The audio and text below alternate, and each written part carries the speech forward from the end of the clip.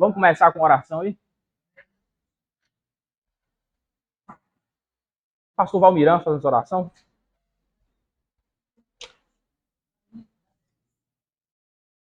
Soberano Deus, eterno Pai, em nome do nosso Senhor Jesus Cristo, Pai, te agradecer pela oportunidade de hoje, agradecer por essa que está aqui, reunidos aqui, Pai, para estudar. Meu Deus, que o Senhor abençoe, dá discernimento, Pai, abençoe a vida de cada um, Pai, nós viemos, Pai, meu Deus, aprender, meu Deus, um pouco mais, meu Deus, Pai, abençoe os professores, Pai, vamos atender as tuas mãos, Senhor, e no Senhor, Pai, nós não saímos aqui da mesma forma, sendo aqui convite que aprendemos mais um pouco, Pai, da palavra do Senhor, em nome do Senhor Jesus Cristo, toda na direção do Pai, em nome de Jesus. Beleza. Irmãos, então a gente terminou na última aula aí a visão panorâmica de Apocalipse, do livro de Apocalipse, né? E ali algumas informações sobre o autor, sobre o próprio livro, um esboço geral, uma visão geral acerca do livro, do que ele trata, a forma de interpretar o livro, etc. E aí a gente vai entrar, e apesar de estar ali englobado dentro dessa mesma temática, né, isso que trata o Apocalipse, a gente vai entrar na teologia sistemática, que é a escatologia. Tá? A teologia sistemática ela aborda isso de uma forma um pouco diferente, né? Isso quer dizer, a visão panorâmica do livro, a gente vai pegar o livro ali, vai ver ali sobre o livro, aquilo que ele trata, as coisas que ele fala para a gente, traz para nós, não é isso? E vai se ater ao livro. A gente fica preso ali um pouco mais ao livro. A teologia sistemática, não. A gente se atém ao tema. Então, a gente percorre ali todos os 66 livros da Bíblia, todos os mais de 1000 capítulos, os mais de 31.000 versículos da Bíblia, discorrendo acerca desse tema, o que a Bíblia fala acerca desse tema no seu conjunto, né, de suas escrituras, e como é que nós devemos entender. Então, essa que é a diferença, né? Então, se alguém tiver a dúvida, mas a gente acabou de sair de Apocalipse, está vindo para escatologia, então é isso, a diferença é essa. Então, a doutrina do fim, a doutrina das últimas coisas, ela não é tratada única e exclusivamente no livro de Apocalipse. Então, em toda a Bíblia, a gente tem ali palavras, textos, profecias que tratam aí das últimas coisas, que é abordado aí pelo livro também de Apocalipse, pelo livro de Daniel, pelo livro de Jeremias, Zacarias, entre outros, não é isso? Então, escatologia, ele aborda toda a Bíblia, ele vai buscar conhecimento acerca desse tema em torno de toda a Bíblia. Começando aqui, você que está com o livro aí, você vai perceber que a abordagem, né, introdutória aí do livro, a estrutura do livro aí, ele é um pouco diferente, não é isso? Quer dizer, o livro começa lá trazendo quem é o autor, qual é a data de que foi escrito, e etc. e tal, algumas informações acerca do livro. Como aqui nós não estamos nos atendo única e exclusivamente a um livro, ele vai começar de uma forma diferente, apresentando aí os conceitos, não é isso? Então ele começa dizendo o seguinte: escatologia bíblica. Traz o texto aí, Isaías 5:1, do 1 ao 4, Mateus capítulo 23, versículo 3 ao 24, Mateus capítulo 27, versículo 44. É o estudo dos eventos que estão para acontecer segundo as Escrituras. O termo escatologia deriva do grego escatos, que é último, e logia, que é estudo. Tá certo? Então, você vai ver que todos os termos que geralmente são cunhados para definir o estudo acerca de algum tema, ele termina com essa logia, não é isso?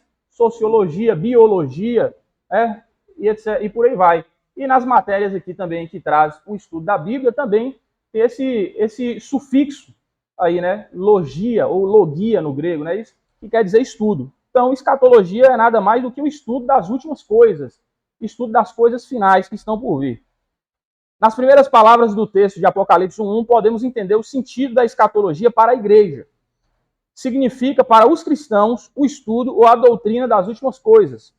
Escatologia é o ponto alto do estudo da teologia. A teologia só pode ser completa quando apresenta uma escatologia fidedigna, harmônica e com interpretação fiel. Ou seja, toda a teologia, né, ela é completa, ela é cheia, ela é concluída na escatologia.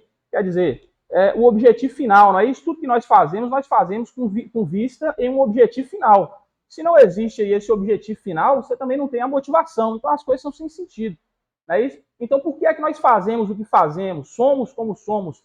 Né? Nos submetemos às coisas que nos submetemos, seguimos essas doutrinas que nós estudamos na Bíblia. É por causa disso daqui, ó. Por causa dessas coisas que vão acontecer no final.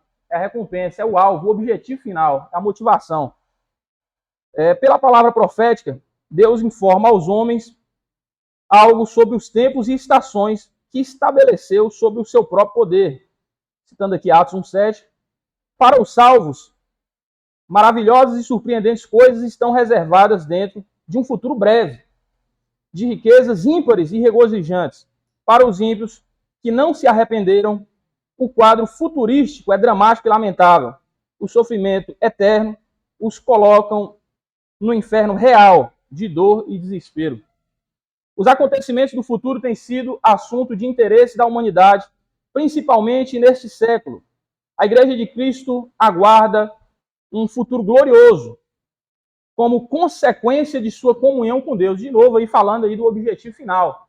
Tudo que nós fazemos com vista em um objetivo final, não é assim? Quer dizer, você veio para cá por algum motivo. Quando você sai da sua casa e vai trabalhar de manhã cedo, seja lá que o horário for, você faz isso por algum motivo. Né? Todo movimento, toda ação, toda decisão que você toma tem algum motivo. E o nosso é esse aqui, ó. A Igreja de Cristo aguarda um futuro glorioso como consequência de sua comunhão com Deus. Apesar de estarmos tratando de um tema que, se não houver cuidado, entra no terreno da especulação, e às vezes até tendo cuidado também entra um pouco no terreno da especulação, né? Deus tem um plano eterno de ação em andamento em relação ao homem, em relação à criação e ao universo material que se engloba aí dentro da criação, né? Este plano eterno e divino aproxima-se do seu fim quanto ao ciclo da história da humanidade, inclusive a história da redenção, citando aí 1 Pedro 4,7, que abrange 1. Israel, seu renascimento nacional e seu atual desenvolvimento. 2. Os gentios, sua expansão, seus movimentos, suas convulsões sociais, seu humanismo e sua salvação. 3. A igreja, o derramamento do Espírito Santo na igreja em geral, renovação da igreja. E 4. Satanás e suas hostes, que é a proliferação do satanismo sob diversos nomes ou formas. Quando ele diz assim, proliferação do satanismo sob ou debaixo de diversos nomes ou formas, ele está se referindo exatamente ao fato de que nem sempre as hostes satânicas ela vai se chamar satanismo. Às vezes ela vem maquiada de uma outra causa, não é isso? Às vezes ela vem com outro nome, buscando ali o assassinato de bebê no ventre. Não é isso aí? Sem sombra de dúvida, né? Dificilmente você vai ouvir falar de Satanás aparecer e apresentando, falando, eu sou o diabo, eu estou aqui para acabar com a sua vida, te destruir e tudo mais. Então, geralmente, às vezes ele vai aparecer em movimentos, né? Isso, movimentos que buscam aí a destruição da família, que buscam aí a morte, o assassinato de criança no ventre da mãe, né? Isso, que busca aí ir contrário a tudo aquilo que Deus estabeleceu na sua palavra. Então, esses movimentos, eles são, direto ou indiretamente, são parte aí das hostes ou das tropas do exército do nosso adversário, tá certo? Importância da escatologia bíblica. Ainda aqui na introdução desse tema, a importância da escatologia bíblica. Por que eu deveria? Qual é a importância? Qual é o interesse que isso aí deve me trazer? A escatologia bíblica não é apenas abrangente, é amorosamente conclusiva. Percorre a história e descortina a eternidade. Revela-se e é sempre um mistério. Deus a engendrou nos profetas, fecundou-as nos evangelhos e epístolas e deu-a a pleníssima luz no Apocalipse. Ou seja, né, o Apocalipse sendo aí o ápice desse tema na Bíblia Sagrada. Ela desvenda-nos o estado intermediário, o que há de suceder no arrebatamento da igreja, na grande tribulação, no milênio, na instauração do juízo final e no estabelecimento do estado, do eterno estado. Se alguma coisa esconde, isso fica por conta da economia divina, citando aí Deuteronômio 19, né, que é aí o texto mais citado aí para o pessoal que não quer se envolver em polêmica, né? o que foi revelado é para nós, nossos filhos, e o que não foi revelado é para Deus, né? É Deuteronômio 29, 29. Né? É quando o camarada é apertado, ele tem que... Deuteronômio 29, 29 e segue a vida em frente, né? É revelação, não admite hipóteses. Onde ela se cala, não precisamos ter voz. No essencial e básico, unidade. Nos adiáforos e pontos secundários, liberdade. Mas em tudo, amor. Citando aqui Agostinho, né? Isso mais tarde foi usado por Martinho Lutero. A igreja sempre se preocupou com a doutrina das últimas coisas. A história mostra que o cristianismo, desde a sua fundação, vem sendo caracterizado por um decisivo enfoque escatológico. E hoje, segundo o Dr. Orr, a escatologia bíblica vive o seu ápice. Nunca os cristãos estudaram tanto as últimas coisas quanto nesses dias que se abreviam. É verdade. A maioria das seitas do cristianismo, eles são fundados, baseados em escatologia, não é isso? Então, você vai perceber que o tema central dos adventistas é a escatologia. O tema central das Testemunhas de Jeová começou sendo a escatologia também, e por aí vai. E também, por outro lado, isso aí gera o quê? Uma reação, não é isso? Quer dizer, se você apresenta aí você traz uma doutrina que majoritariamente a igreja concorda não ser bíblica, isso acaba gerando aí uma reação por parte da igreja tradicional em trazer aí uma resposta, o que vai gerando aí de ambos os lados uma pesquisa maior, um estudo maior, uma busca maior para encontrar aí as respostas acerca da escatologia. O campo da escatologia bíblica. Quem pode fazer essa leitura, por favor? A escatologia é baseada na Bíblia. A Bíblia Deus, a humanidade. Inicialmente, Deus escolheu a Sérgio, tá bom? o povo de Israel.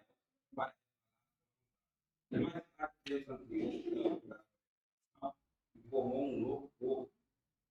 A igreja constituiu de judeu e gentil.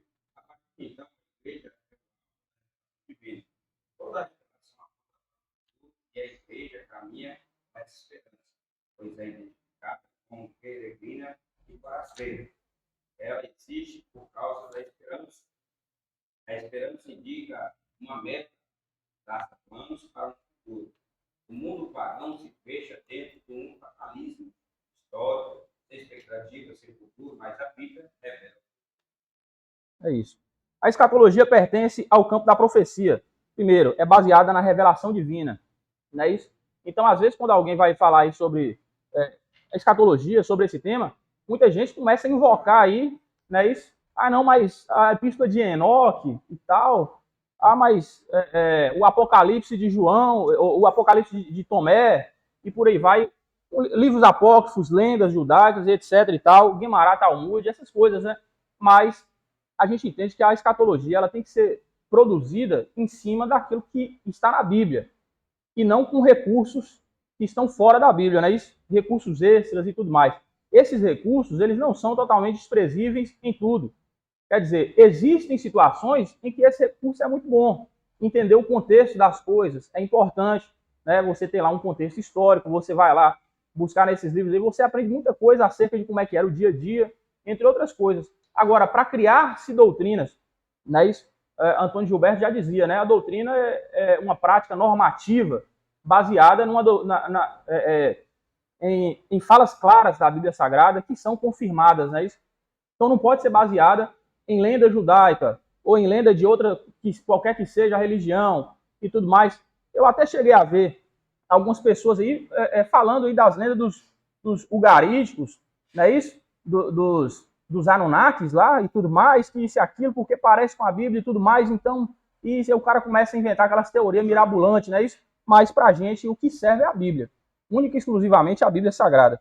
A escatologia pertence ao campo da profecia, é outra característica, não é isso? Interpretar os textos proféticos das Escrituras é a preocupação principal e a atenção da escatologia.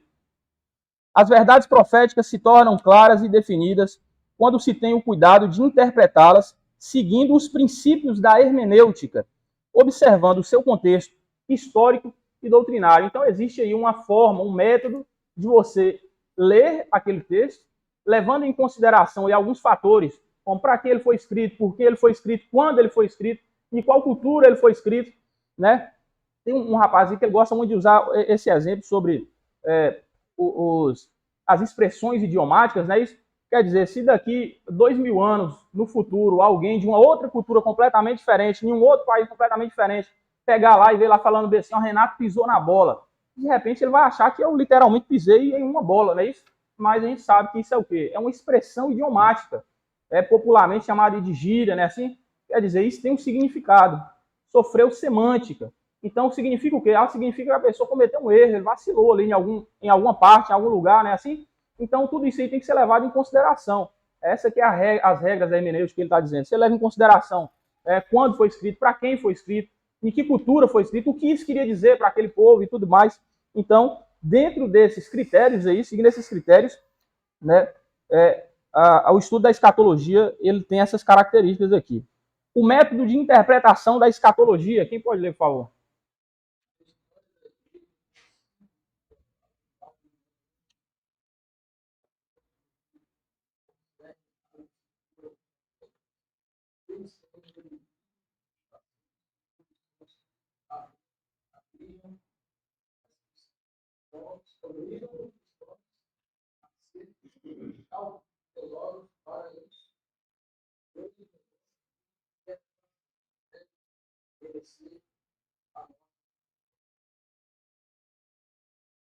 Beleza. Então a gente tem que ser cauteloso, né? Mais uma vez falando aqui, como a gente vinha falando, tem que levar em consideração que tipo, que estilo literário que a gente está lendo, o que a gente está lendo, para a gente entender o que a gente está lendo, da forma como tem que ser entendido, né? Então, por que tem que levar isso em consideração? Porque senão a pessoa vai ler uma coisa que é literal e ela vai levar aquilo para o sentido figurado, e vai adulterar o sentido, o significado da Bíblia, vai trazer um sentido que não tem nada a ver. A mesma coisa no sentido oposto, vai pegar aqueles textos que são figurados e vai tentar trazer aquilo ali para o sentido literal, que vai dizer que realmente vai aparecer uns bichos aí com uns cavalos com cara de leão, com rabo de escorpião e não sei o quê, que isso aí não simboliza alguma coisa, que é literal. Ou então que lá em Gênesis aconteceu de Abraão enviar lá Eliezer para buscar Rebeca, né? Isso aí significa que o pai que mandou o Espírito Santo e o filho, não sei o quê. Então você vai vendo que isso acontece bastante, a gente vê isso aí o tempo inteiro, né? Então a gente tem que ter consciência de qual é o estilo literário daquilo que eu estou lendo. Quando se fala de escatologia, aí existem dois grandes métodos de interpretação que a gente encontra, que são esses aqui, que é o primeiro, método alegórico ou figurado. Alegórico ou figurado. Quer dizer, a alegoria, ela está ali debaixo do guarda-chuva, né, do sentido figurado. Existem várias formas, né, de sentidos figurados, né? A alegoria é uma dessas formas. Então, o método alegórico ou figurado, alguns teólogos definem a alegoria como qualquer declaração de fatos supostos que admite interpretação literal, mas que requer também uma interpretação moral ou figurada. Se interpretarmos uma profecia bíblica não observando o sentido real, figurado ou literal, negando seu valor histórico, dando uma interpretação de somenos importância, corremos o sério risco de anular a revelação de Deus. É isso? Então, a ideia é que a alegoria, ela traz ali uma imagem, ela traz ali alguma coisa, né, trazendo com isso uma lição ou um entendimento de alguma coisa. Né, isso que não quer necessariamente ser literal. É assim, igual o exemplo que a gente deu aqui. Não quer dizer que vai aparecer literalmente um cara montado em cima de um cavalo vermelho. Não literalmente, não quer dizer que signifique isso literalmente. Às vezes, quando a Bíblia ela te apresenta textos ali com sentido figurado, ela mesma te dá a interpretação ou as pistas do entendimento disso. Quer dizer, aparecem ali os animais para Daniel, aparece o urso, aparece o leão, aparece, não é isso? E ali o anjo vai falando com ele, ó, esse leopardo aí com 4 asas, aí é o reino que vai chegar assim, assim, assado, com essas e essas características. Então ali ele já introduz Daniel na ideia de que é algo alegórico. Isso, é uma alegoria, tá certo? Então geralmente a Bíblia faz isso aí. A Bíblia fala bem assim, no capítulo 19 de Apocalipse, que vai vir um cavaleiro branco montado e que da sua boca sai uma espada de 2 gumes. E aí, ele fala bem assim, não, é literal, aí a Bíblia fala que é o quê? Aí ela te dá uma explicação e por aí vai. Então, geralmente é assim que funciona. O método literal e textual. O método é o método gramático histórico. Isso é, preocupa-se em dar um sentido literal às palavras da profecia, interpretando-as conforme o significado ordinário do seu uso. Contudo, os dois métodos abordados aqui são válidos, mas devem ser utilizados com cuidado e precisão. Há uma perfeita relação entre as verdades literais e a linguagem figurada.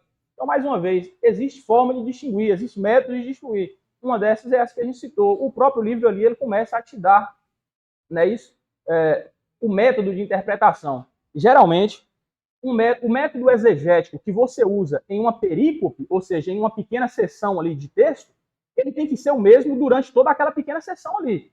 Tá certo? Então, se você pega aqui, eu tive uma visão, o profeta fala assim, eu tive uma visão, né, que o cavaleiro atrás da murta e isso e aquilo, e aconteceu assim, assado e tudo mais. É figurado ou é literal? Se ele é figurado, ele vai ser figurado até o final daquela pequena seção ali.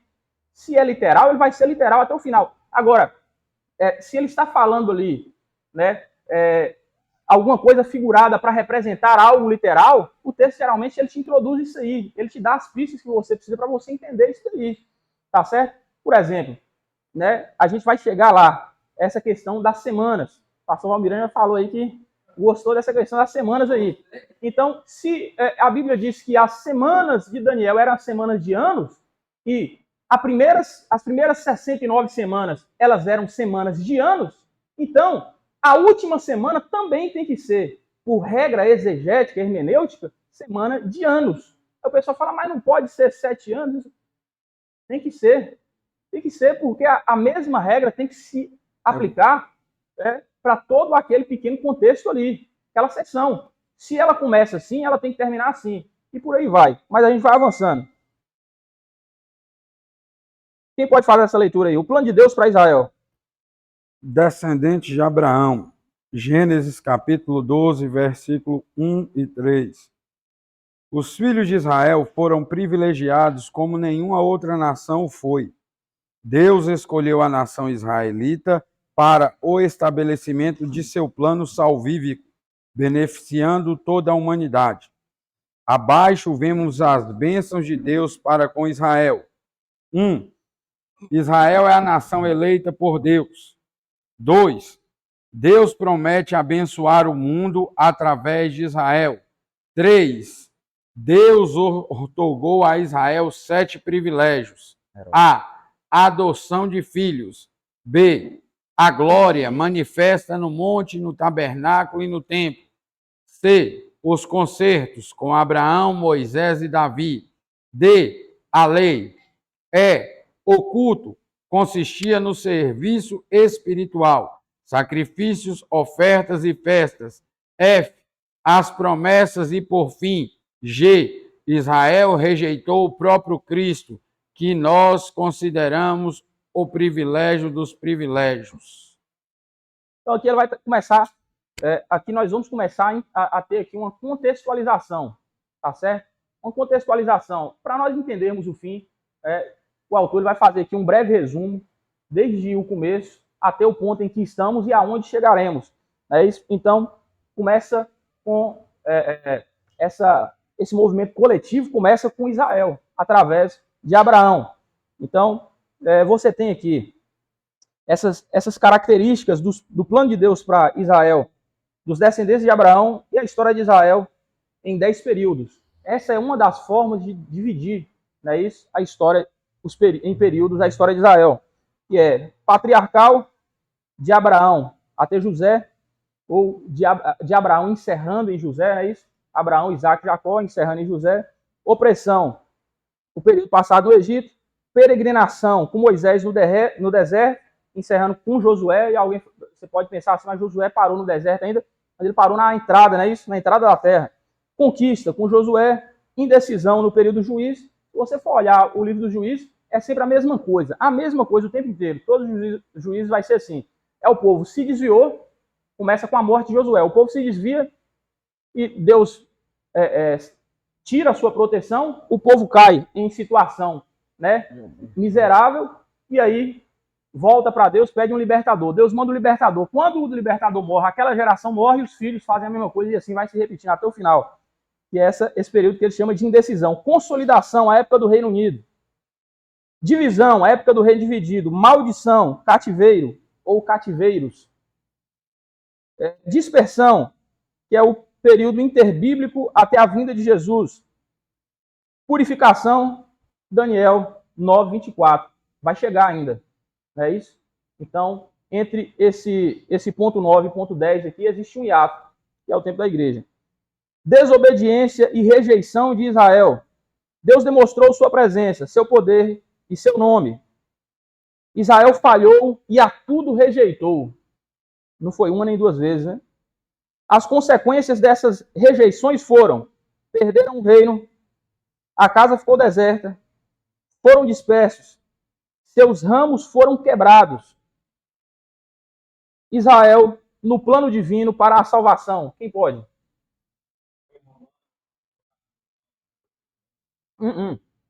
Do capítulo 9 até o capítulo 11, né?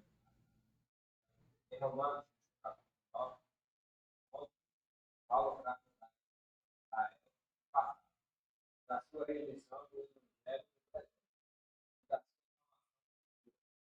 três capítulos foram escritos para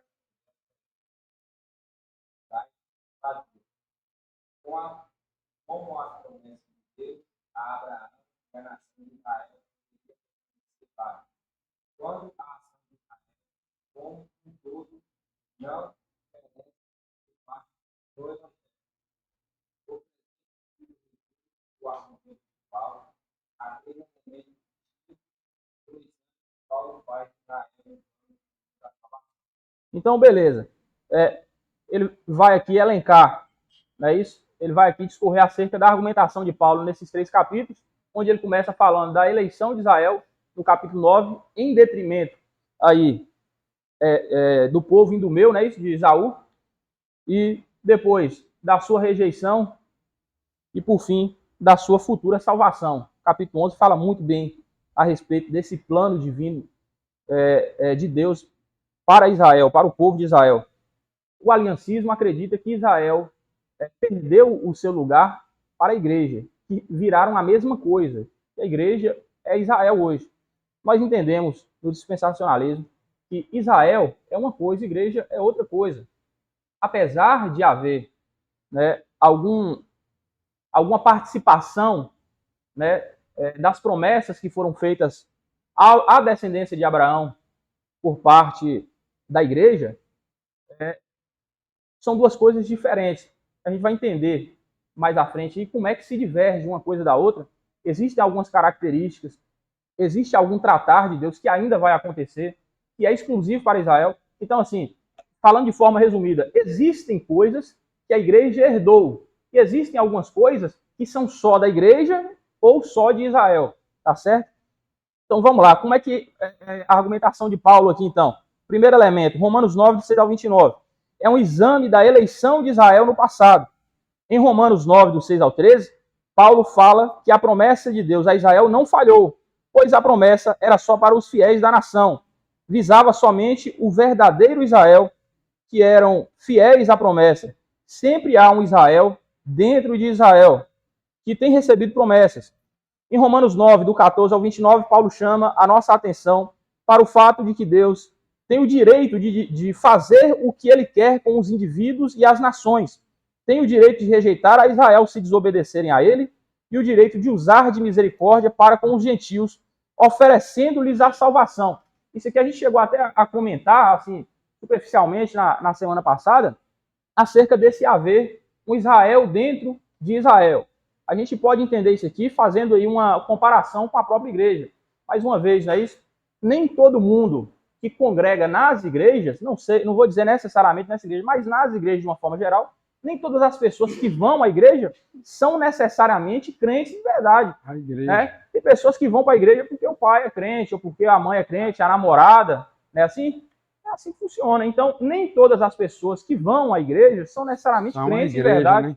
Nem todos que têm uma carteirinha de membro necessariamente serão arrebatados no dia do arrebatamento, tá certo? A mesma coisa com Israel. Então, as promessas que Deus fez para Israel, e o povo judeu sempre foi meio soberbo durante esse período aí, em se tratar do fato de serem filhos de Abraão, não é isso? Quer dizer, em João 8, Jesus falou com eles ali algumas coisas, ele falou, não, a gente é filho de Abraão, não é isso? É que isso e aquilo outro. Quando João Batista, ele estava ali em Mateus 3, ali, batizando as pessoas que vieram a ele falou, raça de víboras, não sei o que mais lá. E o pessoal falava, a gente é filho de Abraão. Ele falava assim, se Deus quiser, ele suscita filho de Abraão dessas pedras aqui e tudo mais, né? Aquela forma mais carinhosa que ele tinha de pregar, que hoje em dia seria muito bem aceita, não tem ironia, né? Mas ele fala sobre isso, né? Ou seja, nem todos os descendentes sanguíneos de Abraão eram considerados, de fato, herdeiros da promessa que foi feita a Abraão, mas aqueles que se submetiam à vontade de Deus. O segundo elemento, analisa a rejeição presente do nosso tempo. Não começou hoje, mas ainda perdura até o dia de hoje. Analisa a rejeição presente do evangelho por Israel, seu erro de não se voltar para Cristo não se deve a um decreto incondicional de Deus, mas à sua própria incredulidade e desobediência. Então, voltando aqui, dando uma passadinha aqui, né? O autor dando uma passadinha aqui na predestinação fatalista. Tem gente que fala assim que não tem o que fazer, que foi Deus que predestinou a ser assim e tudo mais. Não é isso que a Bíblia está ensinando. Então, de Cristo para cá, do sacrifício de Cristo para cá, existe aí essa rejeição de Israel, por parte de Israel, a pessoa de Cristo, que perdura até os dias de hoje. Esse é o segundo elemento que nós vamos encontrar ali nesses 3 capítulos de Romanos, 9, 10 e 13, onde Paulo ele resume ali o plano da salvação, falando da eleição de Israel, da rejeição de Israel e da introdução da igreja e, por fim, o resgate de Israel. Então, vai vendo. Então, o primeiro elemento, o segundo elemento e o terceiro elemento, Paulo explica. Em Romanos 11, do 1 ao 36, Paulo explica neste texto que a rejeição de Israel é apenas parcial e temporária. Por que parcial? Jesus era o quê? Judeu. Jesus era judeu, não é isso? Os apóstolos, os discípulos, não é isso? Judeus. Os primeiros discípulos judeus. Os apóstolos, eu faço uma diferenciação aqui, tá? Entre discípulos e apóstolos. Os apóstolos, judeus. Os primeiros cristãos, judeus. Então, por que é parcial? Porque isso aqui não é uma questão racial, tá certo? Antigamente, todas as nações da terra, elas podiam chegar-se a Deus por meio do proselitismo. Eles se convertiam ao judaísmo, né? Eles tinham que fazer lá os rituais lá e tudo mais, né? Circuncidar, né? Isso, a circuncisão e passar por todos aqueles ritos lá que a lei mandava para que eles pudessem se aproximar de Deus. O método de religar a Deus, de voltar a Deus, ele se transformou, já não é mais assim. É através de Cristo. Cristo é aquele reconciliador entre Deus e o homem. Então, não é uma questão de ser ou não ser judeu. É uma questão de se submeter ou não ao senhorio de Cristo. Então, é parcial e é temporária. Agora, por que é temporária?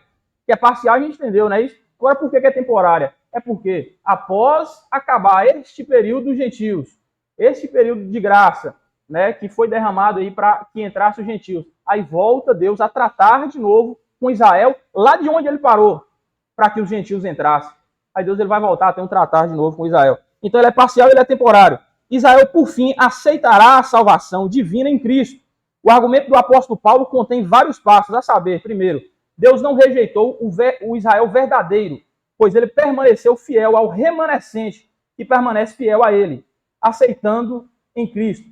Ou seja, Deus não rejeitou o Israel verdadeiro. Que Israel verdadeiro é esse? Aqueles que se submeteram a Cristo, que são o remanescente de fato, como sempre foi, como já foi dito aqui, né, que Israel, de fato, o herdeiro da promessa, não era todos aqueles que tinham o sangue de Abraão, mas aqueles que seguiam o seu exemplo de fé, né? Assim que Paulo ele chega a fazer, aí, citando Abacuque e tudo mais.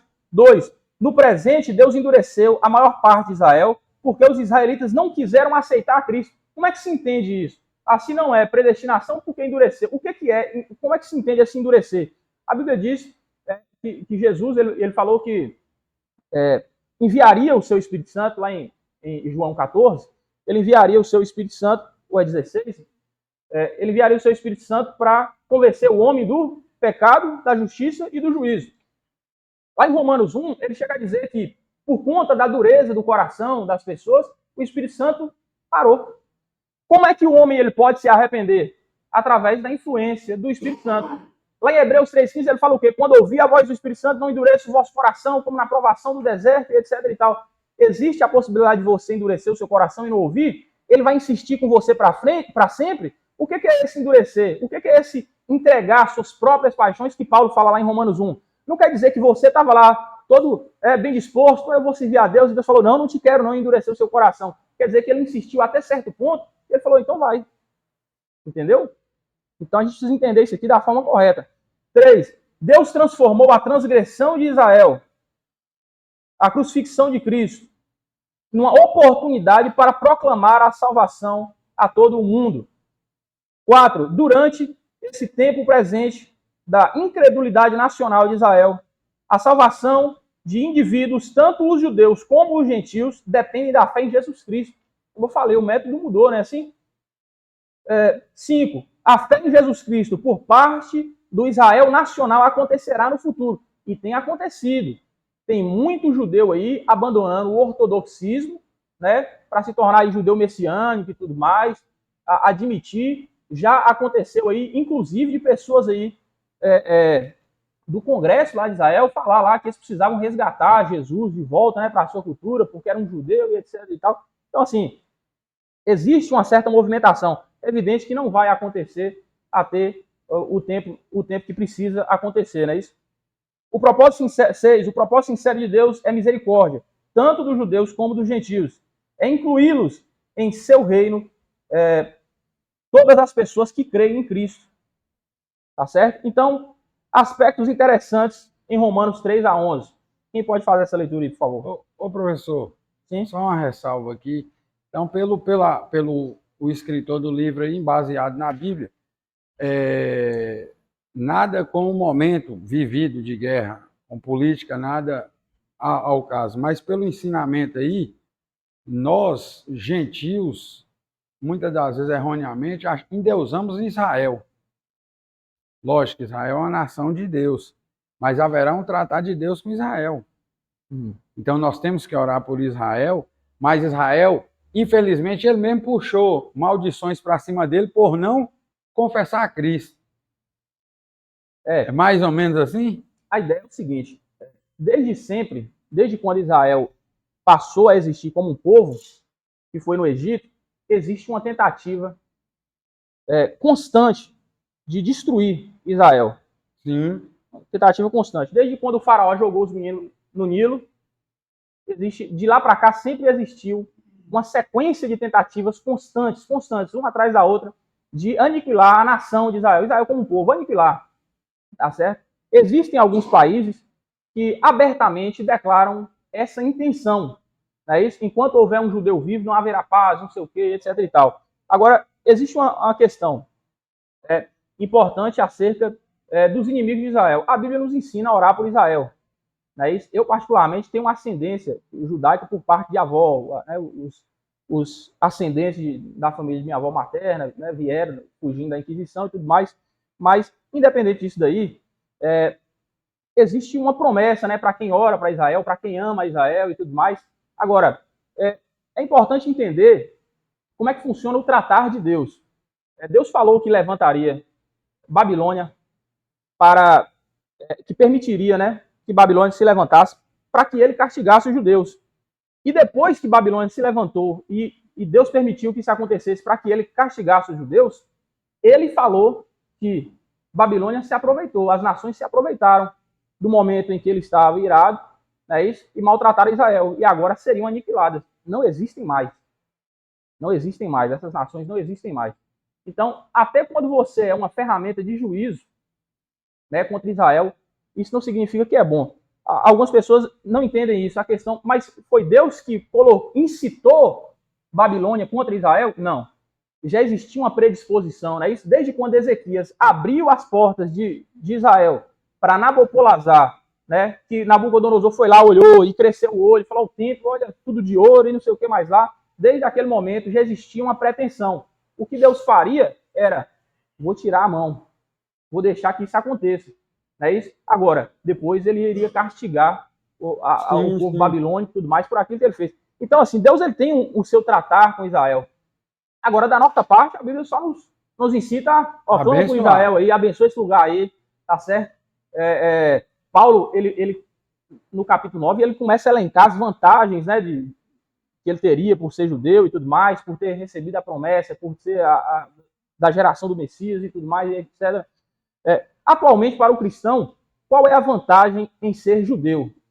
Nenhuma. Para o cristão, atualmente, qual é a vantagem em ser judeu? Para mim, né, se eu fizer um exame de DNA e descobrir que eu tenho 70%, 80% aí de sangue da tribo de Judá ou de Levi, etc. e tal, da perspectiva cristã, qual é a vantagem para mim? Nenhuma. Nenhuma. Tá certo? Agora, existe um certo carinho de Deus por Israel. Tá certo? Então, tem que ver. Isso aí, existem muitas questões. Né? Isso é um tema muito complicado, porque cada caso é um caso. Então, se existe algo que foi feito de ruim, não quer dizer que eu vou defender esse algo ruim que foi feito. Não é isso. Não vou defender. Não, o que eu falo é o seguinte, dentro da sua fala aí, você já sanou minha dúvida. O que acontece? Muitas das vezes acontece coisas ruins com Israel porque a proteção de Deus estava sobre Israel e o próprio Israel desagradou a Deus. Com certeza. E é o que você falou. Havia já uma predisposição da parte da Babilônia de atacar. Se a mão de Deus estivesse sobre eles, logicamente que eles seriam vencedores. Mas como a mão de Deus não estava... Deus permitiu ali para quebrar. Mas, logicamente, que nós temos o dever, né? É uma nação eleita, nós temos o dever de orar pela paz de Israel e fazer aquilo que tiver ao nosso alcance para que essa paz ocorra. Né? É como se fosse aí um pai corrigindo um filho, né? E se o irmão querer bater também, vai apanhar também. Tá errado, isso vai apanhar também, vai apanhar junto, né? Mas, enfim, aspectos interessantes em Romanos 3:11. Quem pode ir?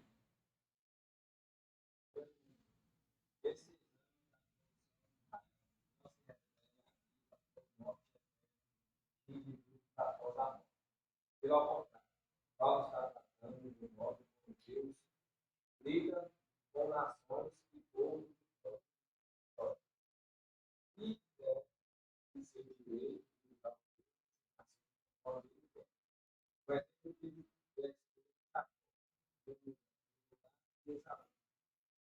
em Romanos 9,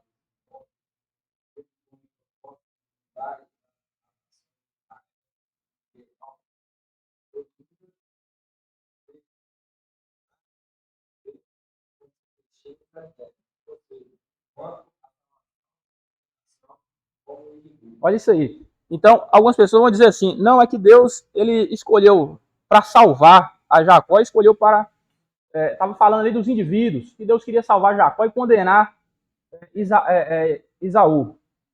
Mas, quando você vai olhar o que o texto está falando, né, que Esaú ia servir Jacó e etc e tal, quando foi que Esaú serviu Jacó? Quem já leu o livro de Gênesis aí? Quando foi que Esaú serviu Jacó?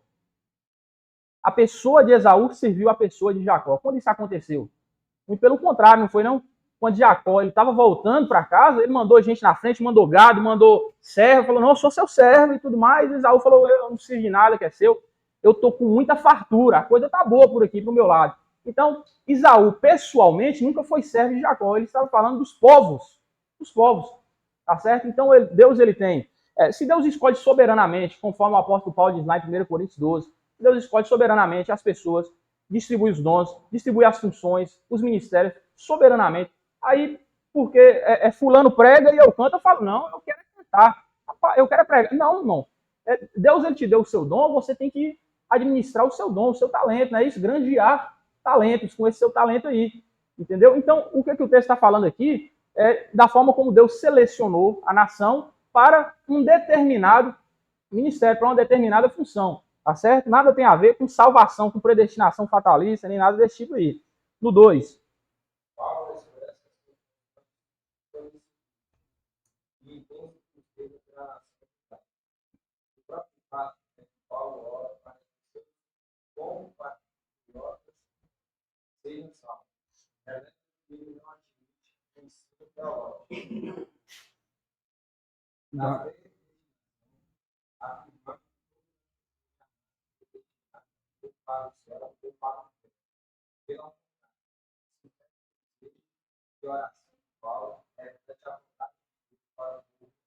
Então, é completamente ao contrário, né? Ao invés de falar assim, não, já está tudo determinado e tudo mais, olha, ele está apresentando ali a característica de quem quer lutar até o final para que algo mude. E quem quer lutar até o final para mudar alguma coisa, ele não acredita que nada foi predeterminado. Não.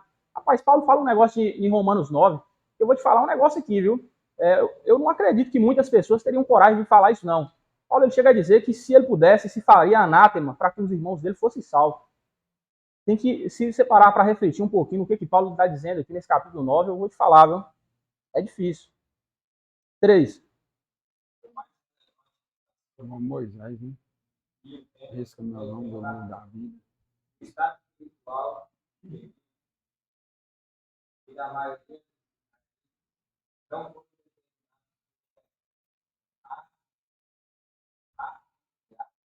de Deus vai dar deles ao plano de vida da salvação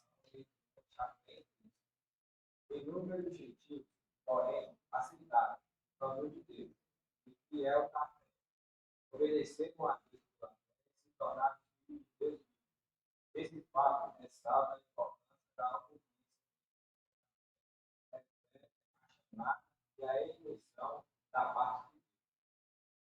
Vamos lá. O 4 aqui. A oportunidade de salvação está perante a Israel, se deixar sua incredulidade.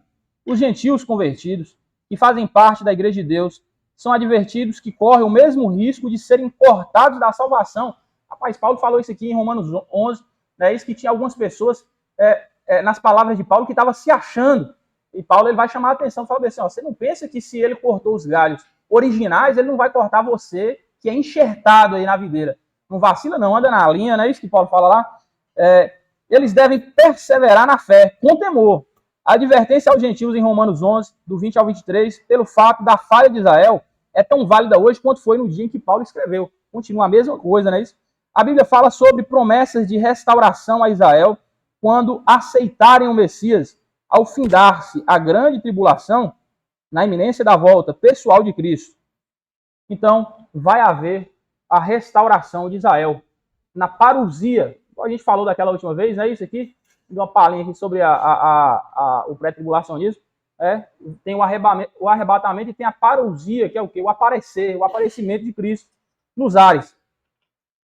Vamos ver aí o questionário?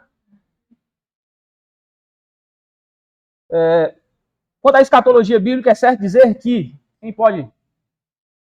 Está na área de trabalho. B.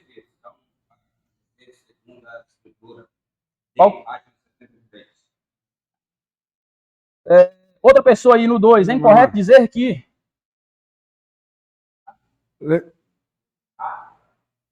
Ih, rapaz.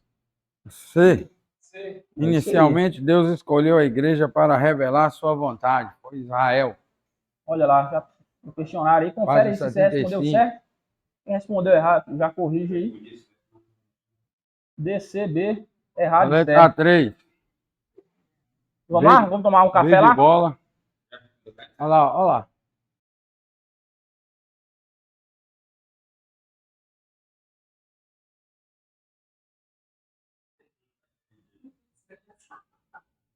Então, continuando aqui na página 84. As 70 semanas de Daniel. Parte boa. Vai lá, pastor Valmiranda.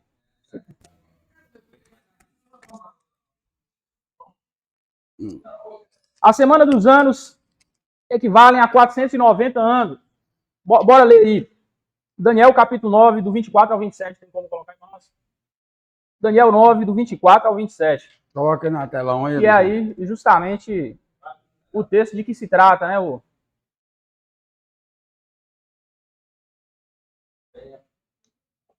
Capítulo 9.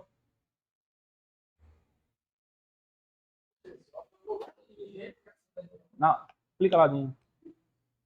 Você clicou aqui? Também procurei. Clica fora, sei lá, de qualquer canto. Aqui mesmo. Só para tirar a seleção. Aí aqui mesmo. Ah, não, clica aí na Bíblia. E aqui agora? Se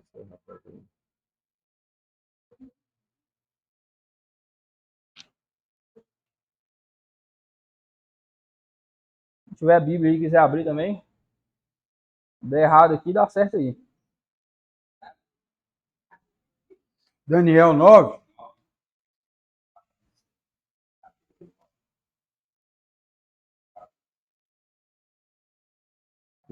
Aqui deu certo também. A partir do 24.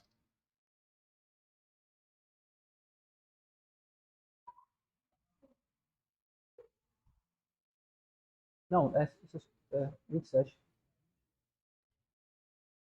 Joga aí. Então, olha aí. Moço. Não, não tá aqui, não. Eu acho que não tá programado para essa tela, não. Será? Olha aí. Isso, agora sim. Seleciona tudo aí. Joga lá. Joga para baixo.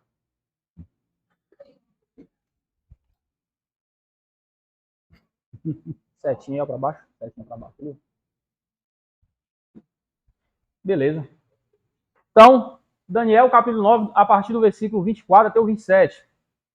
70 semanas estão decretadas sobre o teu povo e sobre a tua santa cidade. O povo de quem? Israel. De Daniel, não é isso? O povo é de Daniel, é Israel. E a santa cidade é de quem? Jerusalém. De Daniel também, né? É Jerusalém. Para fazer cessar a transgressão, aí vem uma lista. Para dar fim aos pecados, para expiar a iniquidade e trazer justiça eterna, e selar a visão e a profecia, e para ungir o Santíssimo. O Santíssimo é o Santo dos Santos, tá? É o lugar do templo. Sabe, entende? Desde a saída para restaurar e para edificar Jerusalém. Isso aqui é importante, tá? É para edificar Jerusalém. Até o ungido, o príncipe. Aqui esse ungido, em hebraico é Hamashiach, é o Messias. Né? Em outras traduções vai estar o Messias, né? Esse aqui está o ungido, o príncipe. Haverá 7 semanas e 72 semanas com praças e tranqueiras se reedificará, mas em tempos angustiosos. Depois de 62 semanas, será cortado o ungido e nada lhe subsistirá. E o povo do príncipe que há de vir destruirá a cidade e o santuário, e o seu fim será como uma inundação. Até o fim haverá guerra. Está determinadas as assolações. Ele fará um pacto com muitos por uma semana, e na metade da semana fará cessar o sacrifício e a oblação, e sobre as asas das abominações virá o assolador, até a destruição determinada, a qual será derramada sobre o assolador. A gente tem que ver algumas coisas aqui. Primeiro, no total, é um total de 70 semanas, não é isso? Mas ele divide essas semanas em grupos, subgrupos. Então, são 3 subgrupos, que o primeiro grupo de semanas são 7 semanas, o segundo grupo de semanas 62 e o último grupo uma semana. Então, existem 3 subgrupos. Por que ele divide dessa forma? É porque nesses pontos dessa divisão acontecem coisas, não é isso? Alguma coisa importante, algo que tem alguma importância vai acontecer nesses pontos específicos. A primeira divisão de semanas que ele vai fazer, de 7 semanas, ele disse que vai ser dada a ordem para edificar Jerusalém. Aqui é importante. Algumas pessoas começam a fazer essa conta, e às vezes até falam não, que a conta errou e não sei o que mais lá. Eles começam a fazer essa conta a partir de Ciro, que deu a ordem para reedificar o templo. Mas a profecia não fala do templo. A profecia fala de Jerusalém. E essa profecia ela se cumpriu em Neemias no capítulo 2. Quem deu essa ordem para reedificar a cidade foi Artaxerxes Longimanus, né? Ele tinha uma mão maior do que a outra. Ele ficou com esse nome de Longimanus, ou Longimanus. Então é ele quem dá essa ordem. Então é a partir desse momento que começa a conta. A conta começa. Então, depois de 7 semanas, que foram o quê? 49 anos. Então, a partir desse momento aqui, a partir do cumprimento dos 70 anos, né, de cativeiro, em que aconteceu tudo aquilo que tinha que acontecer, ele começa uma contagem. Essa contagem começa a partir do momento em que é dada a ordem, e aí passa 7 semanas, aí depois vai passar 62 semanas, e por fim, lá no final de tudo, é que tem a última semana. Então, bora entender aqui. Como é que a gente vai entender essas semanas? Da forma como aconteceu, tem que acontecer. Da forma como nós interpretamos os 2 primeiros grupos, nós temos que interpretar também o último grupo. E de que forma nós interpretamos esses dois primeiros grupos? Bora ver. O texto aqui ele diz o seguinte: as semanas de anos equivalem a 490 anos. Então aqui ele já parte da premissa de que nós concordamos que está se tratando de semanas de anos, por uma questão histórica aí, né, de contexto. Então, essa semana de ano, isso quer dizer o seguinte, que se uma semana tem 7 dias, cada semana, então, representam 7 anos, tá certo? Então, 70 semanas, é só fazer a conta aí, 7 vezes 70, 490, 7 vezes 7 é 49, 4 vezes 70, 490, tá certo? Então, são 490 anos no total, mas essas semanas, elas são divididas em subgrupos, que a gente já falou aí, 7, 62 e lá no final, uma. Então, beleza, vamos avançar. As semanas de anos... Professor, esse termo em hebraico aí, Shabuá, o significado dele é o que mesmo? Semana, né? É semana mesmo? É literal semana? Semana? Não tem nenhuma outra interpretação, não? Uma semana. Os judeus violaram a lei divina do ano sabático. Isso é, deveriam trabalhar na terra por 6 anos e no 7º ano a terra descansaria. Isso aí foi uma ordem que foi dada desde antes, lá no começo, não é isso? Eles deviam trabalhar a terra. Quando eles entrassem na terra, eles trabalham 6 anos, no 7º ano eles não plantam. A terra ela tem que descansar. No 7º ano a terra descansaria. Da monarquia até o cativeiro, período de 500 anos, os judeus não cumpriram a determinação divina. Como não obedeceram, Deus os manteve fora da terra, cativos em Babilônia, por um período de 70 anos, o correspondente a 490 anos sabáticos. 490 anos sabáticos, não, 490 anos, sábados de 490 anos, não é isso? São 70 anos sabáticos, que são sábados de 490 anos. Ou seja, 500 anos eles passaram na terra, foram de 49 em 49, de 7 em 7. Eles não cumpriam o ano sabático e foi se acumulando os anos sabáticos que eles não cumpriram até chegar em 70 anos sabáticos que eles não haviam cumprido, eles não haviam obedecido desde a instauração da monarquia. E quando Deus coloca ele em cativeiro, é justamente o período em que eles vão passar em cativeiro. Esse cativeiro aqui tem que ser contado desde a primeira invasão babilônica, tá certo? Em que ele ainda deixou um pequeno grupo e tudo mais, aí depois teve a segunda e por fim a retirada de Daniel, que foi na primeira, né? Isso, exatamente. Então, desde a primeira investida, que foi quando ele de fato tomou, né? Isso, houve algumas resistências, mas eles já estavam tomados, eles já estavam cativos. Então, é contado dessa forma. Eles passaram, então, 70 anos, que era justamente o equivalente aos anos da desobediência. Então, a divisão e análise das semanas de anos. Então, vamos lá. Grupos de semana. Primeiro grupo, 7 semanas ou 49 anos. Deuteronômio, Daniel 9:25, que a gente leu aí. O segundo grupo, 62 semanas ou 439 anos. 34. E o terceiro grupo, 1 semana, ou seja, 7 anos. Repetindo mais uma vez, para quem foi que foi falar disso aqui? 70 semanas estão decretadas para quem? Para o povo de Daniel.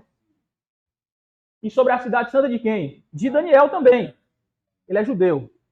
Tá certo? Então ele está falando do povo judeu e da cidade do povo judeu. Não tem a ver com a igreja. Isso aqui não tem a ver com a igreja. É um tratar de Deus com Israel. Então vamos lá. O início da contagem. Afirma o doutor A.J. McLean que no início da contagem de semanas tem como base Neemias 2:1. Sucedeu no mês de Nissan, no ano 20º do rei Artaxerxes. Então não começa de Ciro, porque Ciro mandou reconstruir o templo. E a profecia era da reconstrução da cidade. Tá certo? Então, 20º ano de seu reinado, no calendário hebraico, é o mês de Nissan, no primeiro dia, no nosso calendário de hoje, isso aqui é importante destacar, tá? Nosso calendário de hoje corresponde aí ao 14 de março. Agora, a gente tem aí que focar isso aí, que é no nosso calendário de hoje, é no calendário judeu de hoje, porque realmente, né, a gente sabe que o nosso calendário ele sofreu algumas baguncinhas aí na mão dos imperadores romanos, né? Portanto, a data determinada para o início da contagem no nosso calendário de hoje, 14 de março de 445 a.C. As duas primeiras divisões, 7 mais 6, 69. Para um cálculo real, devemos reduzir as semanas em dias. temos 69 semanas e 7 anos em cada uma. E cada ano tem 360 dias. Façamos, então, a equação.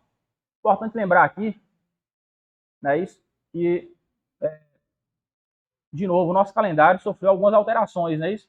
Então, a gente tem um calendário conforme foi instituído, primeiro por Rômulo, depois sofreu algumas alterações por Numa Pompílio, que foi também um dos primeiros reis.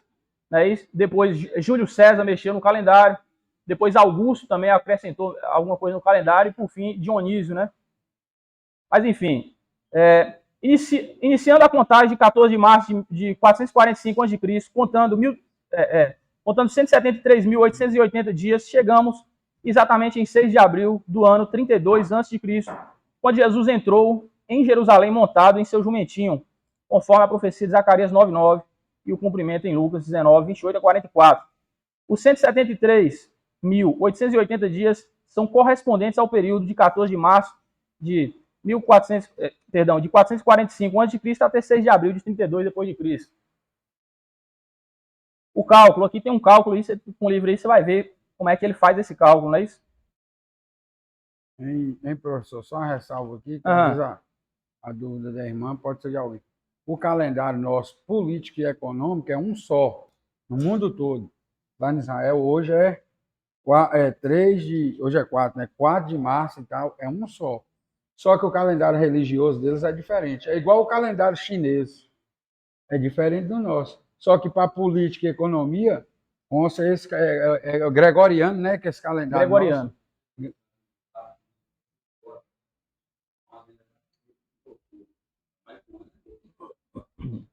O calendário deles é lunar, o nosso é solar, né?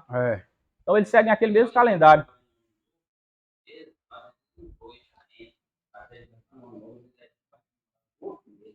E nem sempre eles chamam de Rosh Hashanah, né? Rosh é cabeça, a cabeça do ano. Então, nem sempre vai dar no mesmo dia para nós, no nosso calendário. Às vezes vai dar em um dia de setembro, no começo ou no final e tudo mais.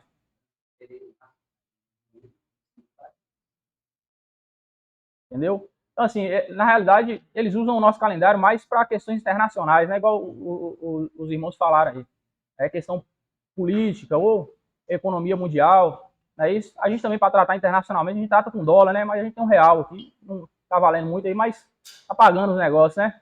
Então, é basicamente isso aí. Lá dentro, eles tratam aí com o seu próprio calendário, né? Isso. Então, no ano judeu, por exemplo, a gente está no ano 5.700 e alguma coisa. É isso? O calendário religioso judeu. Isso. Então, eles sempre seguiram, entre eles, esse calendário aí. Mesmo quando eles estavam fora da terra deles, eles consideravam isso daí.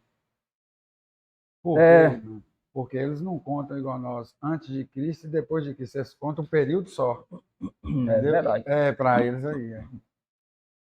Na verdade, esse calendário nosso aqui, da forma como ele é hoje, Dionísio, o Exíguo, ele teve a aprovação do Papa João III para poder criar esse calendário no 6º século.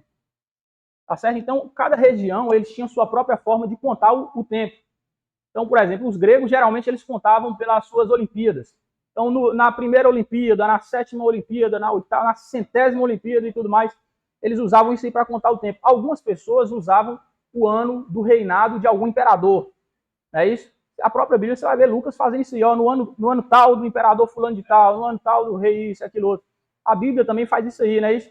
Lá no livro de Reis, no livro de Crônicas, você vai ver eles fazendo isso o tempo inteiro. O próprio Isaías, né, fala tal, no ano do imperador, tal, ano da morte do rei Uzias e tal. É isso, exatamente. Então, a forma geralmente de medir tempo, às vezes era mais regional. Então, existiram algumas tentativas de criar uma forma internacional de se medir o tempo. Existiram aí, antes da tentativa cristã, existiu aí umas 2 ou 3 tentativas de tornar internacional, todo mundo usar uma mesma forma de medir o tempo, para que não precisasse haver as conversões e, consequentemente, nessas conversões, algum erro de datação e tudo mais.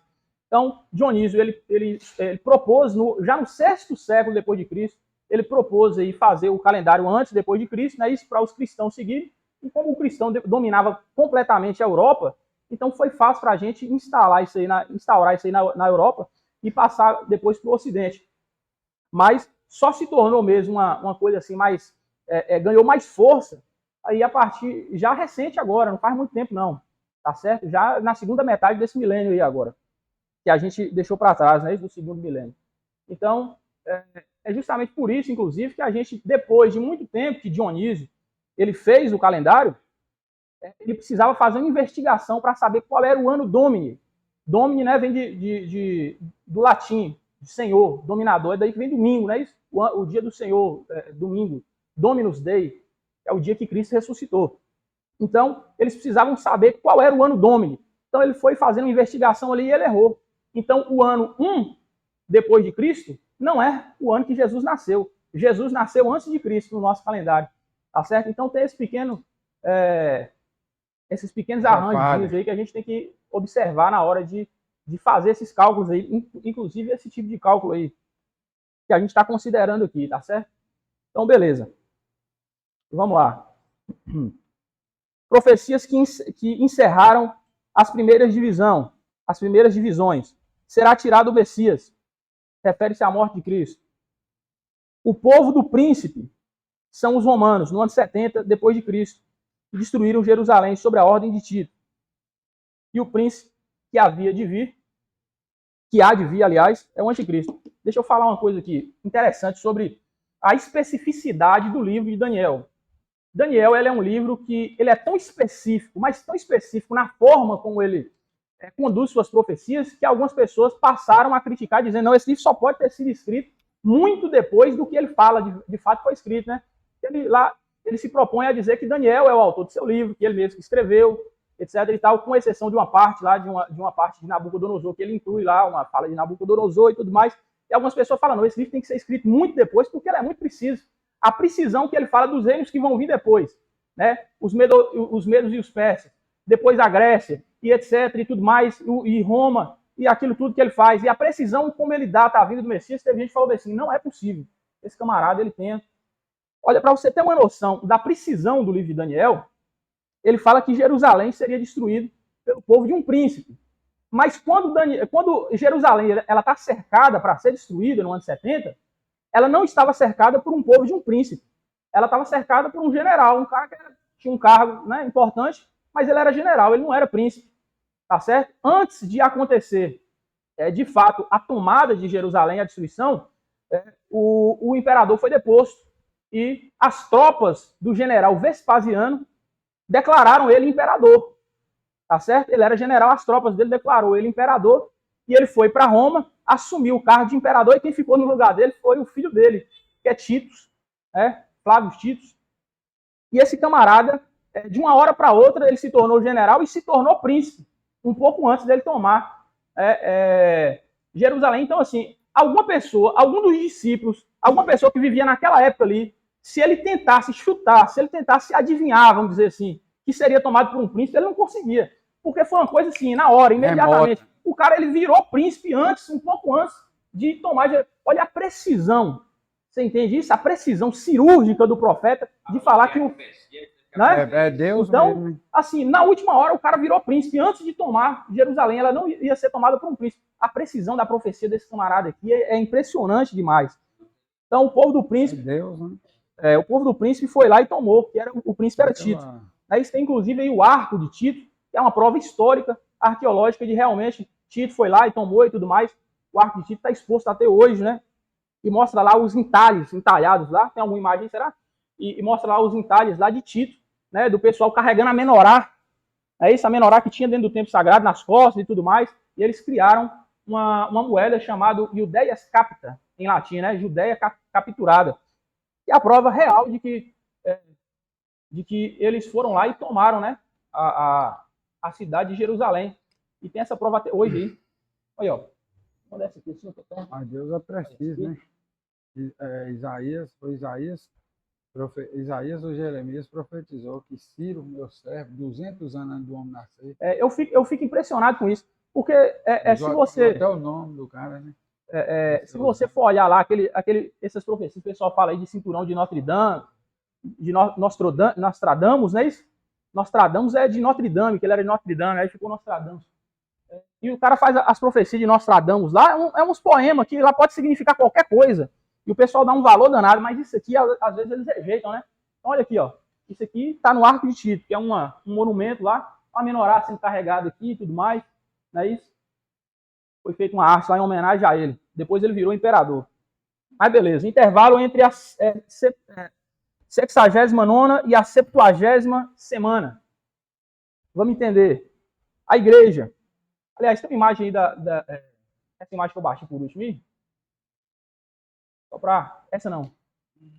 Essa não. Tá lá na pasta, lá na área de trabalho.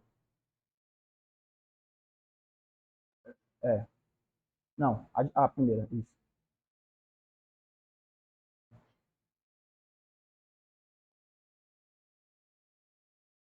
Olha aí. O decreto da restauração. 444, 445 a.C. Decreto de Artaxerxes, que está constando lá em Neemias 2. 69 semanas, não é isso? Então tem o decreto, 49 anos é feita a restauração,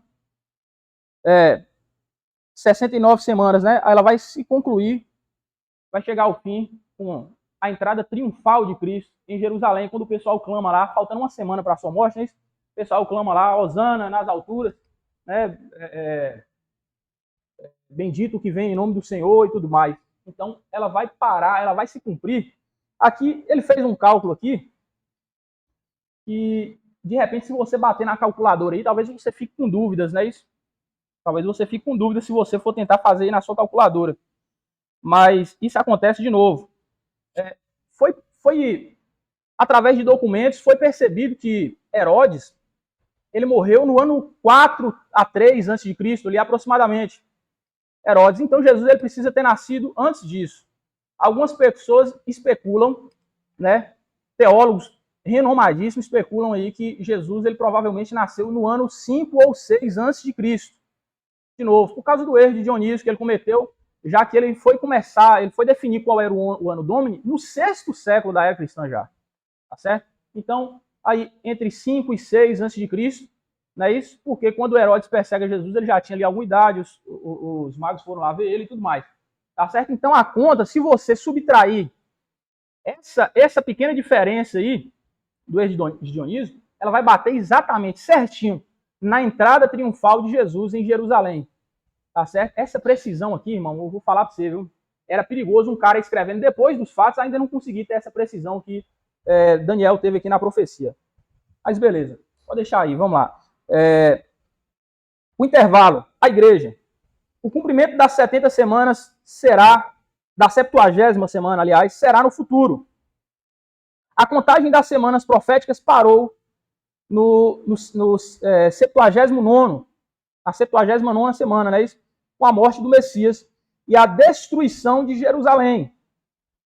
Pelo contexto do versículo 26 e 27 do capítulo 9, no livro de Daniel, podemos afirmar que entre um e outro existe um intervalo, o qual denomina hoje como a dispensação da graça. Que intervalo é esse? Olha aqui o intervalo. O intervalo é a igreja. É o período da igreja. Então, esse intervalo é aqui, ó. Então, o que Daniel ele falou lá? Vai ser morto o Messias, vai ser cortado e vai ser tirado, e etc e tal. Não é isso? E o que Paulo ele falou lá em Romanos 9, 10 e 11? Ele falou justamente isso aqui, ó.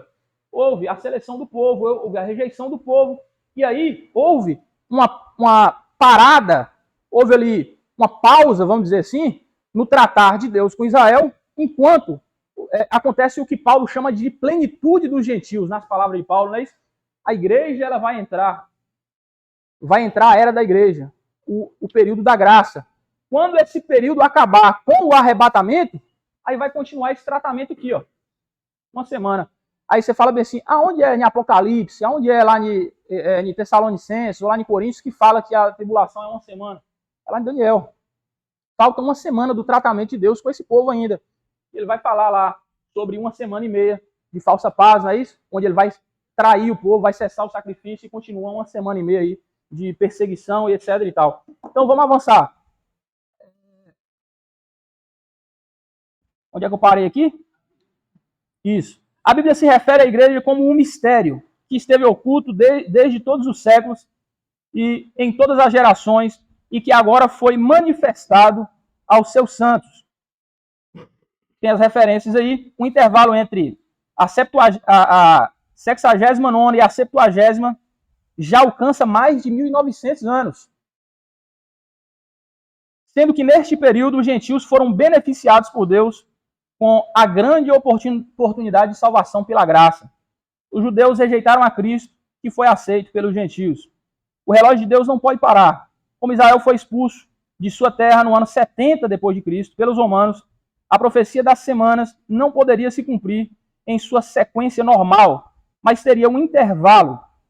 Assim, a contagem destas semanas passaram por um hiato para o surgimento da igreja. O que estava nos planos de Deus é que dentro desse tempo os judeus retornassem à sua terra, cumprindo as profecias de Isaías 66:8, Cantares 2, 13 e 15 e Mateus 24, 32 e 33. Então, o que ele está falando? O povo esteve fora da sua terra. Não foi isso? Israel esteve fora de sua terra por 1.800 anos. O autor ele vai dizer aqui que esse hiato, né, passou dos 1.900 anos, já tem mais de 1.900 anos desde a subida de Cristo, né, assim, e até agora, quando vai acontecer o seu retorno. Mas Israel ficou fora de sua terra por 1.800 anos. Agora retornou. Isso é um sinal. Quando alguém fala bem assim, irmãos, Israel é o relógio do Apocalipse. É disso aqui que ele está falando.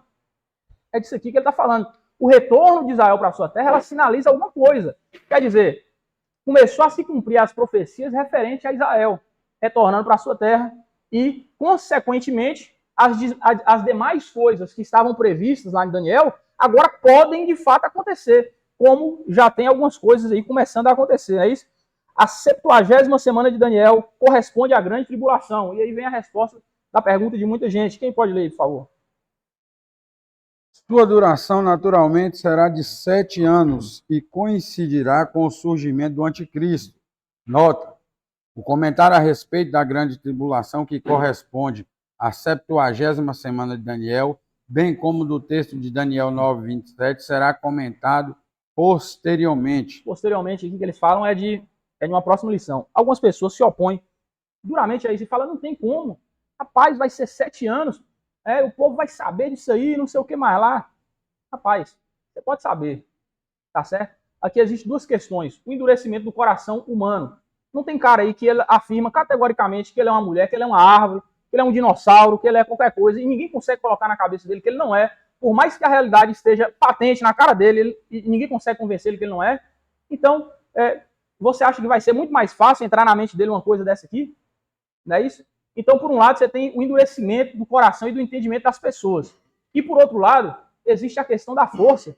Por mais que você saiba, não é todo mundo que tem a capacidade de resistir, de falar um não, com a arma na cabeça, ou sua, ou de alguém que você ama, de um parente, de um filho, de alguma coisa desse tipo. Não é, tá certo? A perseguição vai ser ferrenha. A Bíblia diz que será algo como nunca houve e nem jamais haverá depois.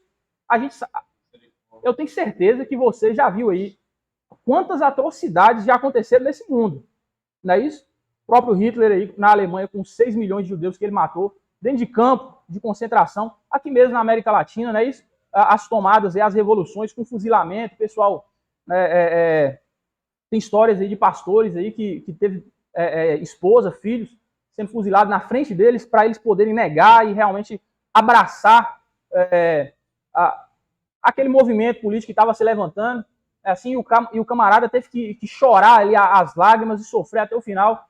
Tem aquele pastor da Romênia lá, que tem um livro muito famoso, que eu indico a todo mundo, é quase uma revista, não é nem um livro, é muito curtinho e vale a pena demais você ler. Não é isso? Da Romênia lá, aquele pastor, o nome do livro é Torturado por Amor a Cristo.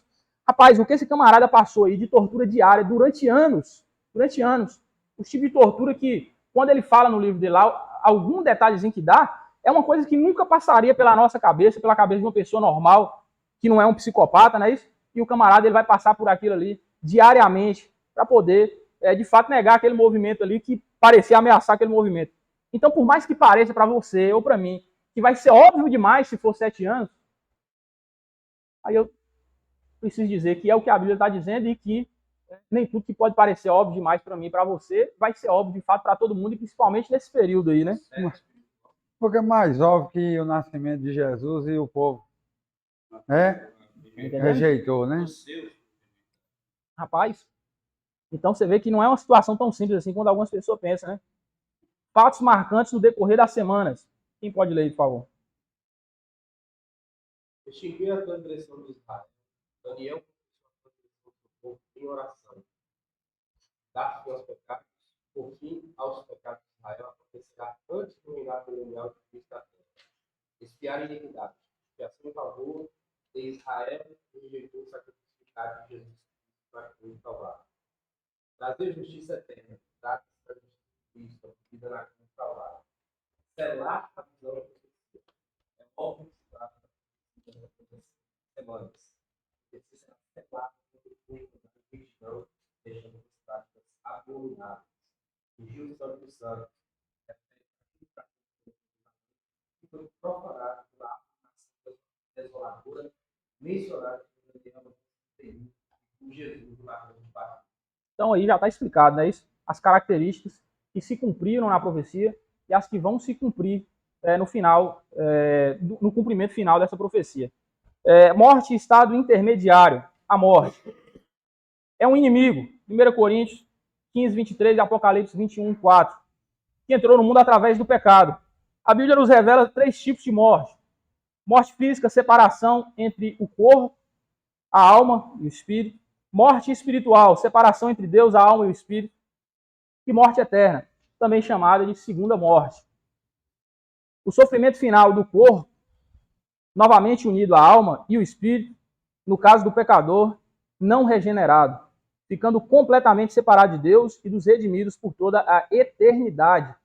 Rapaz, é difícil, hein? Por toda a eternidade. A eternidade é grande, viu, irmão? A eternidade é grande, viu? Você pode viver bem aí, viver aí uns 110 anos, 111, 120 anos, né? E você pode viver uma vida muito prazerosa, com tudo que a vida pode te propor. Agora, comparado à eternidade, não é nada, né? Não? Estado intermediário. Me ajuda aí.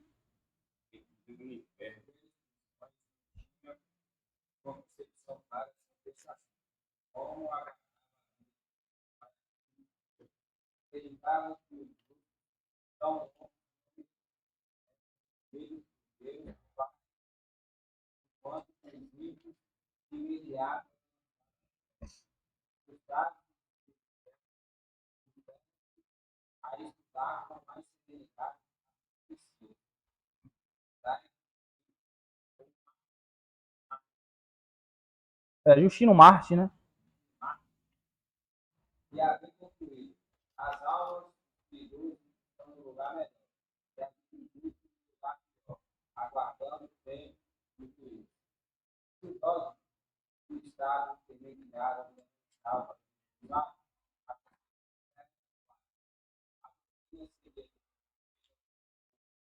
e eu, Pilar, Ambró, e Agostinho. Acreditava que Deus ao rádio. Isso mesmo, na verdade é rádio mesmo. Aí todo mundo fala rádio, né? Onde nas várias sessões desse caso extradimensional permaneceria até o dia do juízo. Marte, segundo os técnicos não tinha necessidade de passar por tal processo. O acesso direto ao céu. Não, moço, vamos. Você que sabe, você quer eu te levar. As almas identificam um processo de purificação para que seguirem seu ao paraíso. Conseguisse assim o rebelião do purgatório, ligando maléficos projetos ao cristianismo. Alguém aí conhece a doutrina do purgatório? Já ouviu falar, né? Uhum. Se o purgatório for seria deve ser criado que existe por causa das pequenas falhas ou do purgatório antes de juízo. Em consequência,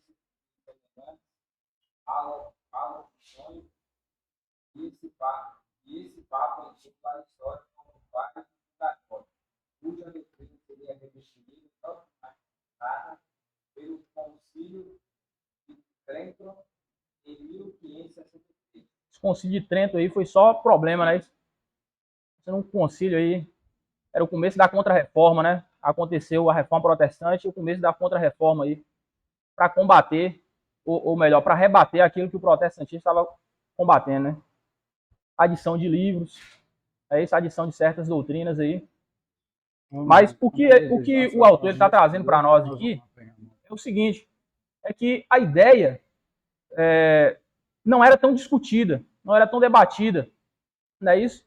É uma característica pessoal do povo judeu que eles não eram tão intelectuais no sentido de querer entender minuciosamente cada coisa. Essa era uma característica mais dos gregos, mais dos gentios. É por isso que Paulo, talvez, tenha sido a pessoa escolhida por Deus para ir pregar para essas pessoas, porque eles faziam questionamentos de ordem racional. É isso. Para o judeu, se está escrito pronto. Para eles bastava estar escrito, não é isso? Então, você vê que Paulo ele chega a falar bem assim, que para o judeu é escândalo, e para o gentio é loucura. Por quê? Um queria sinal, Paulo ele vai dizer, um quer sinal, outro quer o quê? Argumentação lógica. Então, para eles tinham que entender minuciosamente, não bastava para eles que ele entendesse que está escrito, ou que ele entendesse que Deus está falando isso, etc. e tal. Eles queriam entender o processo, a mecânica das coisas. Então, esse povo aqui no começo, eles não tinham tanto essa coisa de querer entender exatamente como é que tudo funcionava e tudo mais. Desde que estivesse escrito, para eles era o suficiente, né? Que eles pudessem, vendo aquilo ali escrito, eles acreditar e seguir em frente. Mas, com o passar do tempo, houve-se a necessidade, né? Essas perguntas vão surgindo, eles precisam consultar a Bíblia para poder, de fato, entender o que está sendo dito ali. Então, o que seria o purgatório? De acordo com essa concepção, é um estado a que se submetem as almas que, embora amigas de Deus, necessitam purificar-se dos pecados veniais. Né? Venial é aquele que tem vênia, né? Que tem perdão. Pode-se definir purgatório como um estado transitório de purificação. É o estágio em que as almas dos justos completam a purificação de suas penas, devidas pelos pecados já cometidos antes de entrar no céu. Somente assim estarão aptas a unir-se a Cristo, pois no purgatório um fogo purificador vai, pouco a pouco, limpando todas as suas imperfeições e resquícios do original pecado. Ou seja, essa era a ideia que eles tinham, né? Quer dizer, eles, depois de um tempo, depois de Agostinho, né, lá na frente, Gregório o Grande, ele começou a trazer essa ideia aí, falar, não, isso aí é assim, assado e não sei o quê. Quer dizer, eles se baseavam um pouco ali em 1 Coríntios 3,15, que não estava falando disso, né? A obra de uns vai passar pelo fogo, se for de fogo, se for de ouro, prata e bronze, vai resistir, se for de madeira, fenopalha, vai ser queimada, mas vai ser salvo e tudo mais. Ele achou que era isso. Falou, ok, então é o seguinte, o sacrifício de Cristo não é o suficiente para me salvar. Pronto, essa premissa aí já é o suficiente para anular completamente essa doutrina, né? Não? Quer dizer, o sacrifício de Cristo não é o suficiente para me salvar. Eu preciso ser queimado por um fogo para poder pagar um pouco dos meus pecados aí, para completar o sacrifício de Cristo.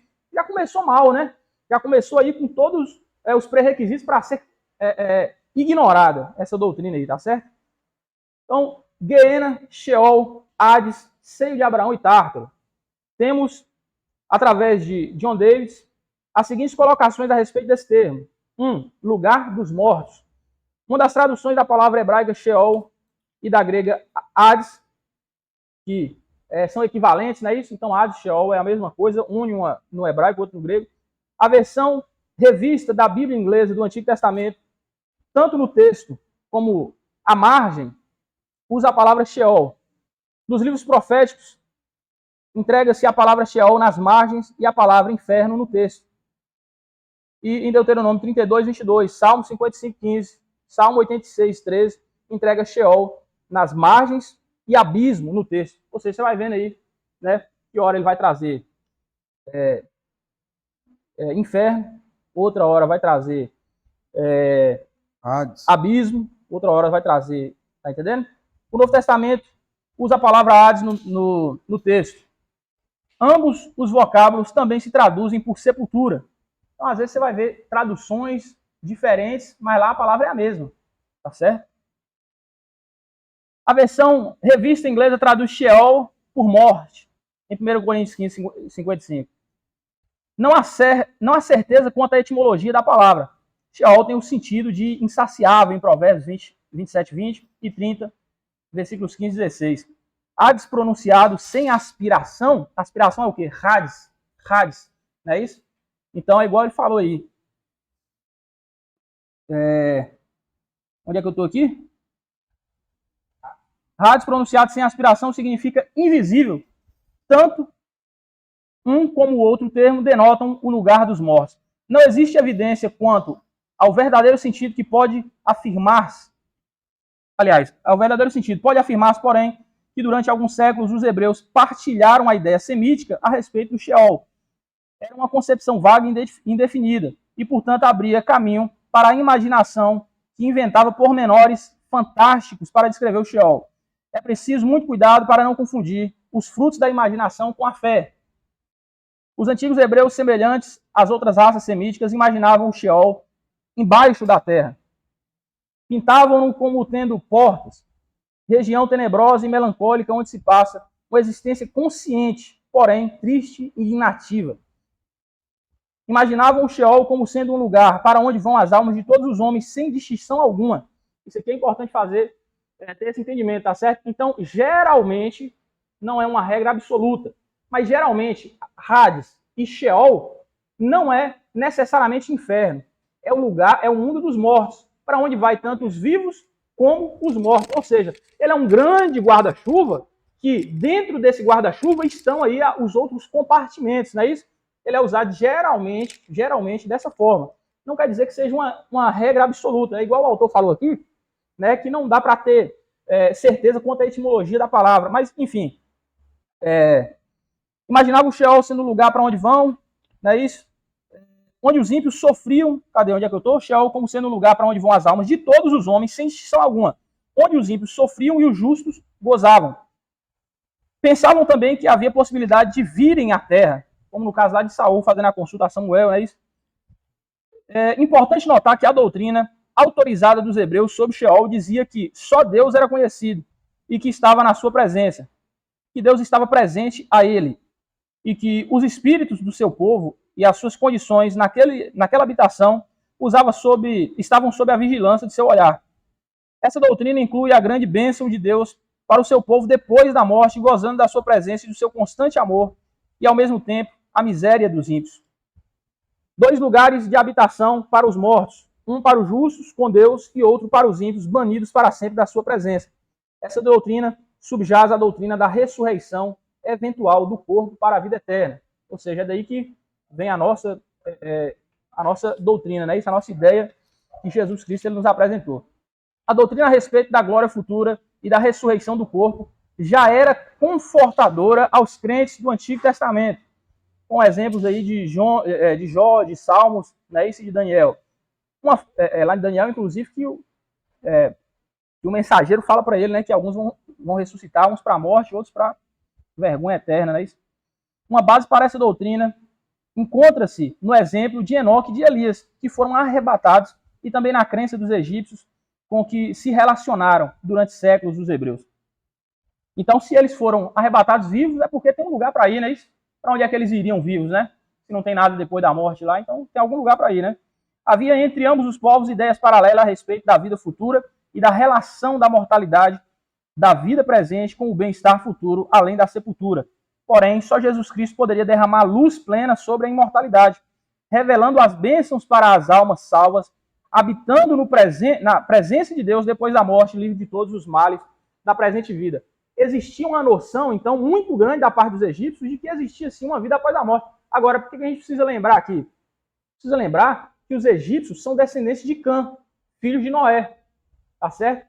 Então, inevitavelmente, em algum momento, eles ouviram acerca de Deus, suas promessas, né? Isso, daquela tradição que era passada de pai para filho entre aquele povo lá hebreu, tá certo? Então, isso aí é importante. Então, eles tinham uma noção que vai se passando, e essa noção, às vezes, ela vai ali o quê? Ela vai sofrendo alterações, ela vai sendo manchada e chega lá na frente completamente distorcida. E o que o autor está falando é isso. Só Jesus é que poderia lançar luz sobre isso daí e trazer, de fato, aquilo que é. Né? Lugar de tormento e miséria. Quem pode fazer essa leitura, por favor? Necromante. Ah, não, deixa eu ir esse aqui. Esse aqui é interessante. Nesse sentido é que se traduz a palavra grega guerrena. Em Mateus 5, 10, 18, 23, Marcos 9, Lucas 12, Tiago 3. É a forma hebraica, é a forma grega do hebraico Guerrinom, vale de Inom, ou às vezes vai aparecer vale do filho de Inom, onde queimava crianças vivas a Moloque, por causa desses terríveis pecados que se cometiam ali e por causa das suas imundícies, e talvez por servir de depósito de lixo da cidade, veio a servir de emblema do pecado e da miséria, e o nome passou a designar o lugar de castigo eterno. Então, o Geena, ou Guerrinom, o Vale de Inom, ou o Vale do Filho de Inom, era um lugar, né, fora da cidade, onde o lixo era lançado e tinha fogo constante ali, que era alimentado com o quê? Com o inflamável que eles tinham na época, de fácil acesso, enxofre, não é isso? Então, o pessoal jogava enxofre ali para queimar o lixo, e algumas pessoas adoradoras de Moloque iam lá sacrificar seus filhos lá queimados a esse deus Moloque, né, de onde vem, inclusive, a palavra moleque. Tá certo? Então, ia lá sacrificar as crianças a Moloque nesse fogo aí que queimava. E daí passou a se usar esse termo para se referir ao destino eterno daqueles que se desviavam da presença de Deus. Então, daí que vem inferno.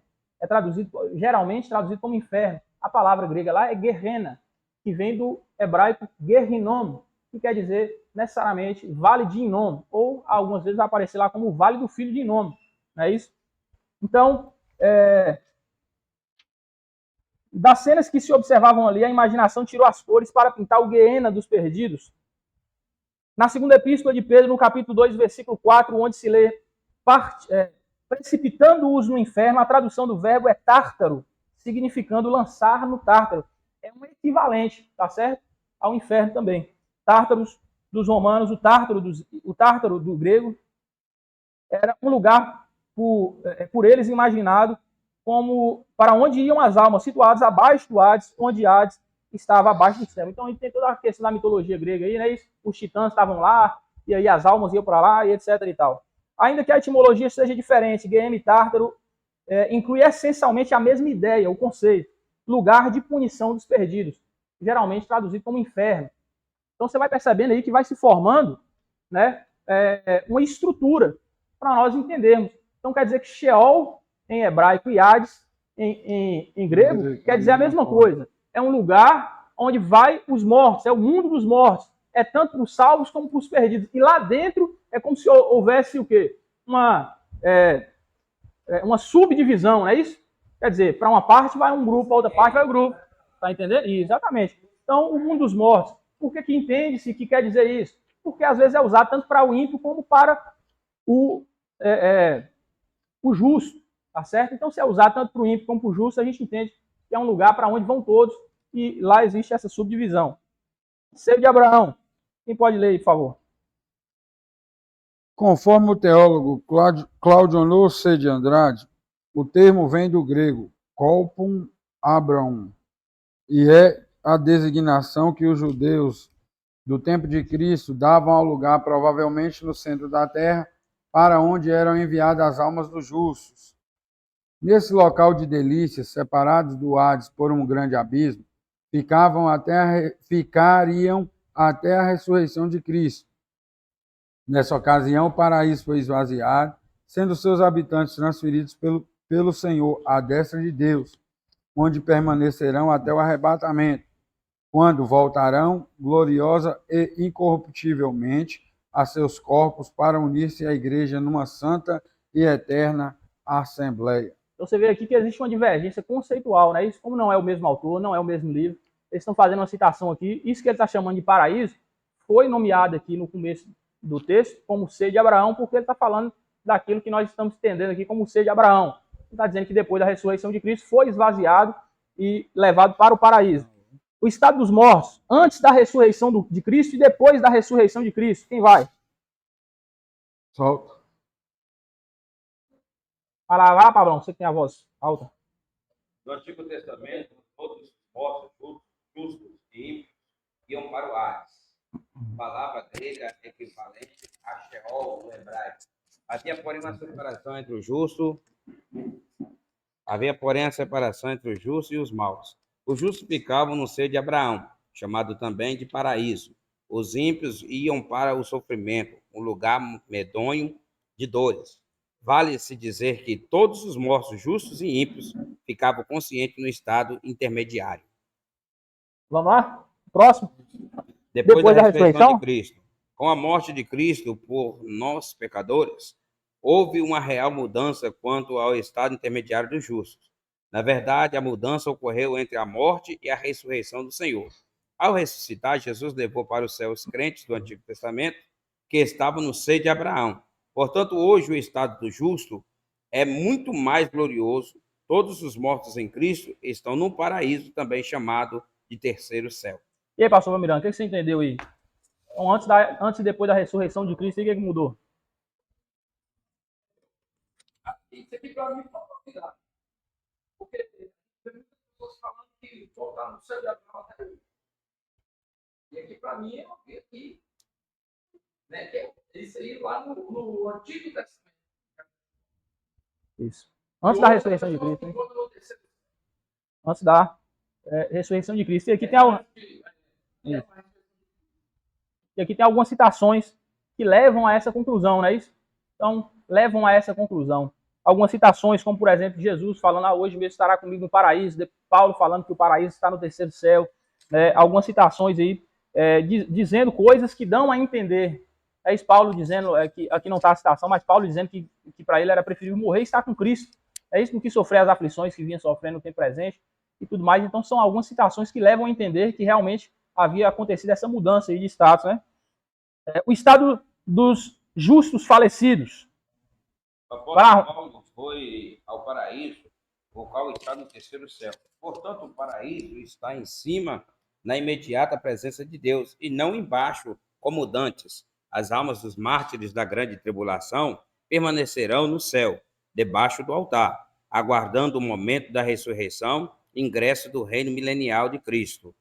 Portanto, os crentes que agora dormem no Senhor estão no céu, pois o paraíso está agora ali, como um dos resultados da obra redentora do Senhor Jesus Cristo. No momento, no abrir e fechar de olhos, ante a última trombeta, porque a trombeta soará e os mortos ressuscitarão primeiro e nós seremos transformados. Porque convém que isto que é corruptível se revista da incorruptibilidade e que isto que é mortal se revista da imortalidade. Depois que Cristo ascendeu ao céu, a Bíblia nunca mais se refere ao paraíso como estado embaixo.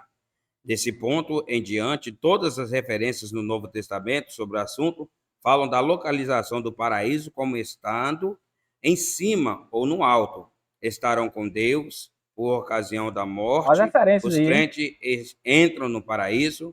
Os justos estarão vivos e conscientes, estão em descanso. Então você vê aí várias referências apontando o quê? Essas citações aí estão com Deus, por acaso, isso, trazendo aí, justificando esse entendimento, não é isso? Justificando, por que entende assim? Por causa dessas referências aqui. O estado dos ímpios falecidos, lê para nós aí, Rony. Tá ruim aí? Tá sem óculos? Como é que é?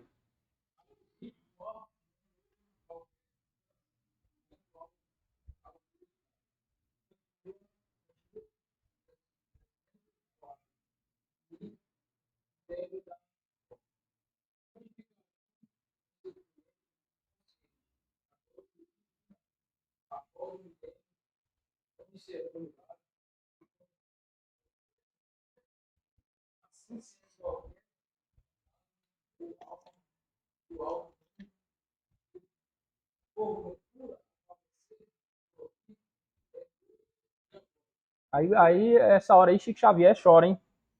Vai lá.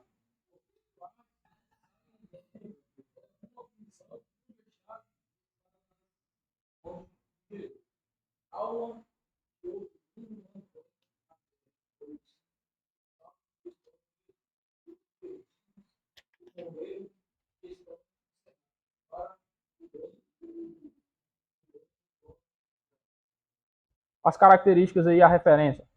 Estão vivos e conscientes, estão separados de Deus, usando como citação em Lucas, né? 16. Encontram-se em prisões, usando citação de 1 Pedro 3,19. Estão debaixo de punição, 2 Pedro 2, versículo 4, versículo 9. Consciente, com certeza. Os dois lados tá consciente. É isso? Quebra aí, porque nem o justo volte, Nem o ímpio volta. É. É o Esse- que a divina necromante falou que era O Samuel. rico e Lázaro, né? Se a Bíblia está falando que não volta. Ali é o estado anterior, né? Isso ali é o estado, a situação anterior, Foi a né? aparição Quando diabólica. você encontra um crente na porta bamba, aí você pensa, não tem ninguém no céu, não. Pois é. Mas Paulo ele disse que subiu ao terceiro céu, não foi isso? E ele disse que lá é o paraíso. Jesus falou com um camarada lá que hoje mesmo estará comigo no paraíso, né? Então, de repente, ele está certo e Jesus está errado, né? Ele pode acreditar que sim, né? Mas, enfim.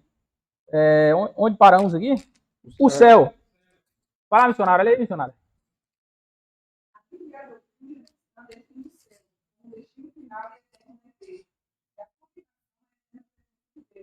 João 14:3, vemos que por duas vezes Jesus chama o céu de lugar. Realmente,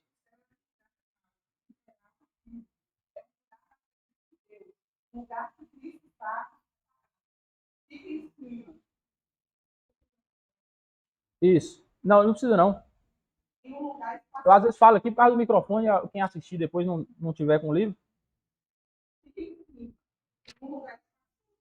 Em um lugar que não se pode ver, como quer que ele seja, deve ser fundamentalmente diferente. Sua definição deve estar além do sentimento e imaginação do homem. Portanto, podemos dizer neste caso que o céu é onde Deus está, e o apocalipse. Deus vai estar com os homens. O ponto alto da bíblica, da definição detalhe de Deus é a Deus e não haverá mais morte, nem clamor, nem dor, porque já as primeiras coisas são passadas. O céu é um lugar de maior conhecimento, tanto na terra como na terra. Então, isso comparavelmente está. Porém, comparado com o céu, está muito pouco. As décimas escrituras que falam da perfeição do conhecimento dos crentes no estado presente, o que agora sabemos em parte. Agora nós temos a palavra que está no céu. Ainda não é manifestado o que seguimos no céu, e nem o que havemos de ser. Jó 3:7, 1 Coríntios 12, João. João 3:2. Sem dúvida, o céu é um lugar de santidade perfeita. Lá não há pecado. A santidade que há no céu constitui um dos seus mais poderosos em um lugar onde os salvos ficam sozinhos, da pureza perfeita, um lugar de amor santo. Todos os santos daquele mundo amam a Deus no sentido mais elevado. É um rio reflexo de santo. Rapaz, quando João, em 1 João 3:2, ele fala bem assim, mas ainda não sabemos o que haveremos de ser, mas seremos como ele, assim como ele é, nós o veremos e tudo mais. Paulo ele escreve lá aos Coríntios, dizendo que aquilo que o olho não viu, o ouvido não ouviu, não subiu ao coração do homem. Isso é aquilo que Deus ele tem preparado para aqueles que o amam, né? Rapaz, eu tenho certeza que você consegue imaginar, aí se você tentar buscar aí na sua memória, um momento para você assim que foi um momento inesquecível, que você falar assim, aquele momento foi perfeito. Se eu pudesse voltar naquele momento lá, aquele momento foi perfeito. Deve ter. Se você pensar direitinho, você deve achar um momento aí de sua vida, e se você olhar para trás, você fala assim, rapaz, esse momento foi perfeito. Nós não temos a capacidade de imaginar o que é a perfeição. É uma coisa que, quando Paulo ele fala assim, não subiu ao coração do homem, ele está querendo dizer assim, o homem não é capaz de imaginar que lugar deve ser esse, irmão. Paulo fala que foi ao terceiro céu e viu coisas inefáveis que não se pode explicar. Não é? Que lugar deve ser esse, hein? Para Paulo falar bem assim, se eu pudesse morrer, tá com três. Camarada que tomou pedrada, rapaz, o cara ser apedrejado, uma pedrada já deve doer, né? O cara ser apedrejado, foi jogado no lixo, tomou chicotada, naufragou e foi abandonado pelos próprios irmãos na hora da defesa, não é isso? Sofreu uma quantidade de coisas assim, inexplicável, falou para os Gálatas lá, deu a entender os Gálatas que ele estava ficando cego, o cara que curava todo mundo ficando cego, não é isso? Então, assim, o que Paulo deve ter visto, tem que o encorajou a passar por tudo isso, né? O inferno, para terminar. A existência do homem não termina com a morte, mas continua para sempre na presença de Deus. Ou em lugar de tormento. A respeito do estado dos perdidos, devemos notar a seguinte: Jesus ensinou que há um lugar de castigo eterno para aqueles que são condenados por rejeitarem a salvação. Trata-se da realidade do inferno como lugar onde o fogo nunca se apaga. Um local como fogo eterno preparado para o diabo e seus anjos. Lugar de pranto e ranger de dentes, onde os perdidos ficarão aprisionados nas trevas. Lugar de tormento e angústia e de separação do céu. As epístolas ensinam. Fala de um julgamento vindouro da parte de Deus, da sua vingança sobre os que desobedecem o evangelho, de uma separação da presença da glória do Senhor e da glória do Senhor, da destruição dos inimigos de Deus.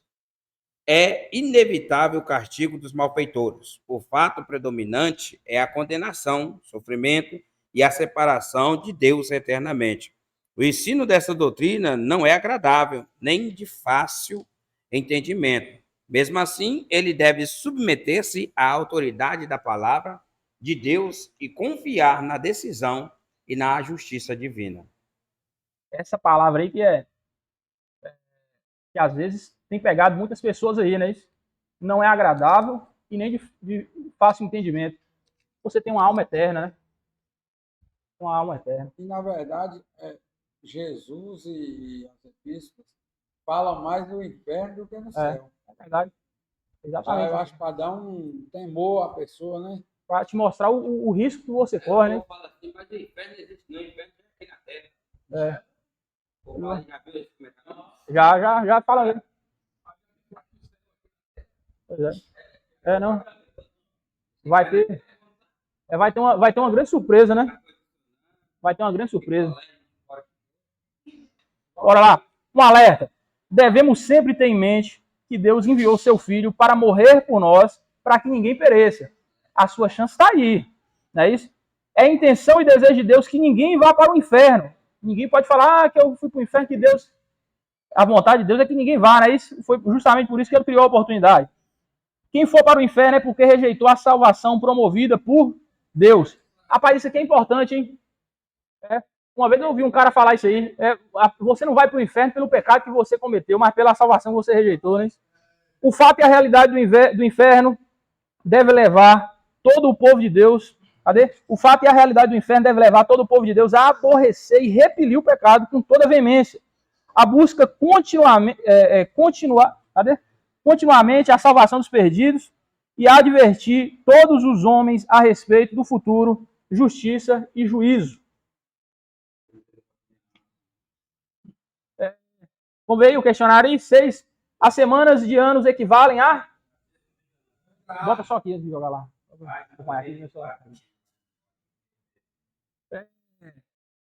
O 7 aí, Ricael. Fala para nós aí. Vai, não tem problema não. Você pode errar. Quem não pode errar é eu. Você pode errar. Quem não pode errar é eu. Vai lá. Então vai. Vai, pastor Valmirão. Vai. A D? Respondeu a letra A? Beleza. A 8 aí, a missionária lá. Vai, tenta descobrir aí.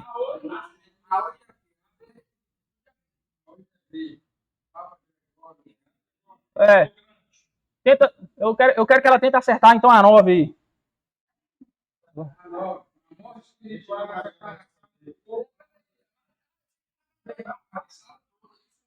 Não, tudo bem, tá tudo bem. Não, você pode errar. Quem não pode errar é eu. Você concordou com ela, né? Eu vou botar aqui depois da cola. Eu vou botar a cola aqui depois. O 10, pastor Valmirão. O 10, pastor Valmirão. Joga, põe para nós lá. Vê aí.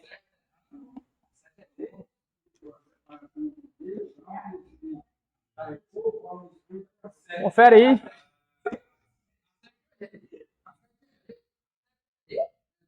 Vamos encerrar? Vamos encerrar? Vamos lá, então? Vamos orar aí para encerrar? Vai lá. O pastor Pablo fazendo essa oração aí. Senhor, te louvamos, agradecemos a Deus por esse ano maravilhoso. Ó Deus, por tudo que aprendemos nessa noite, que venhamos refletir, colocar em prática, Deus. O nosso coração venha se alegrar cada vez mais em ti. Olha, se o Senhor venha usar cada classe, Deus, dando força para permanecer até o final, usando para os professores, dando força, brindando a Deus de toda a reflexão, toda a toda a realidade, toda a coisa que quer, mas nos capacitando a Deus até a conclusão, não para uma nova, mas para uma do Senhor, e para que sejamos instrumentos para nos guiar. Pedimos e agradecemos em nome de Jesus. Amém.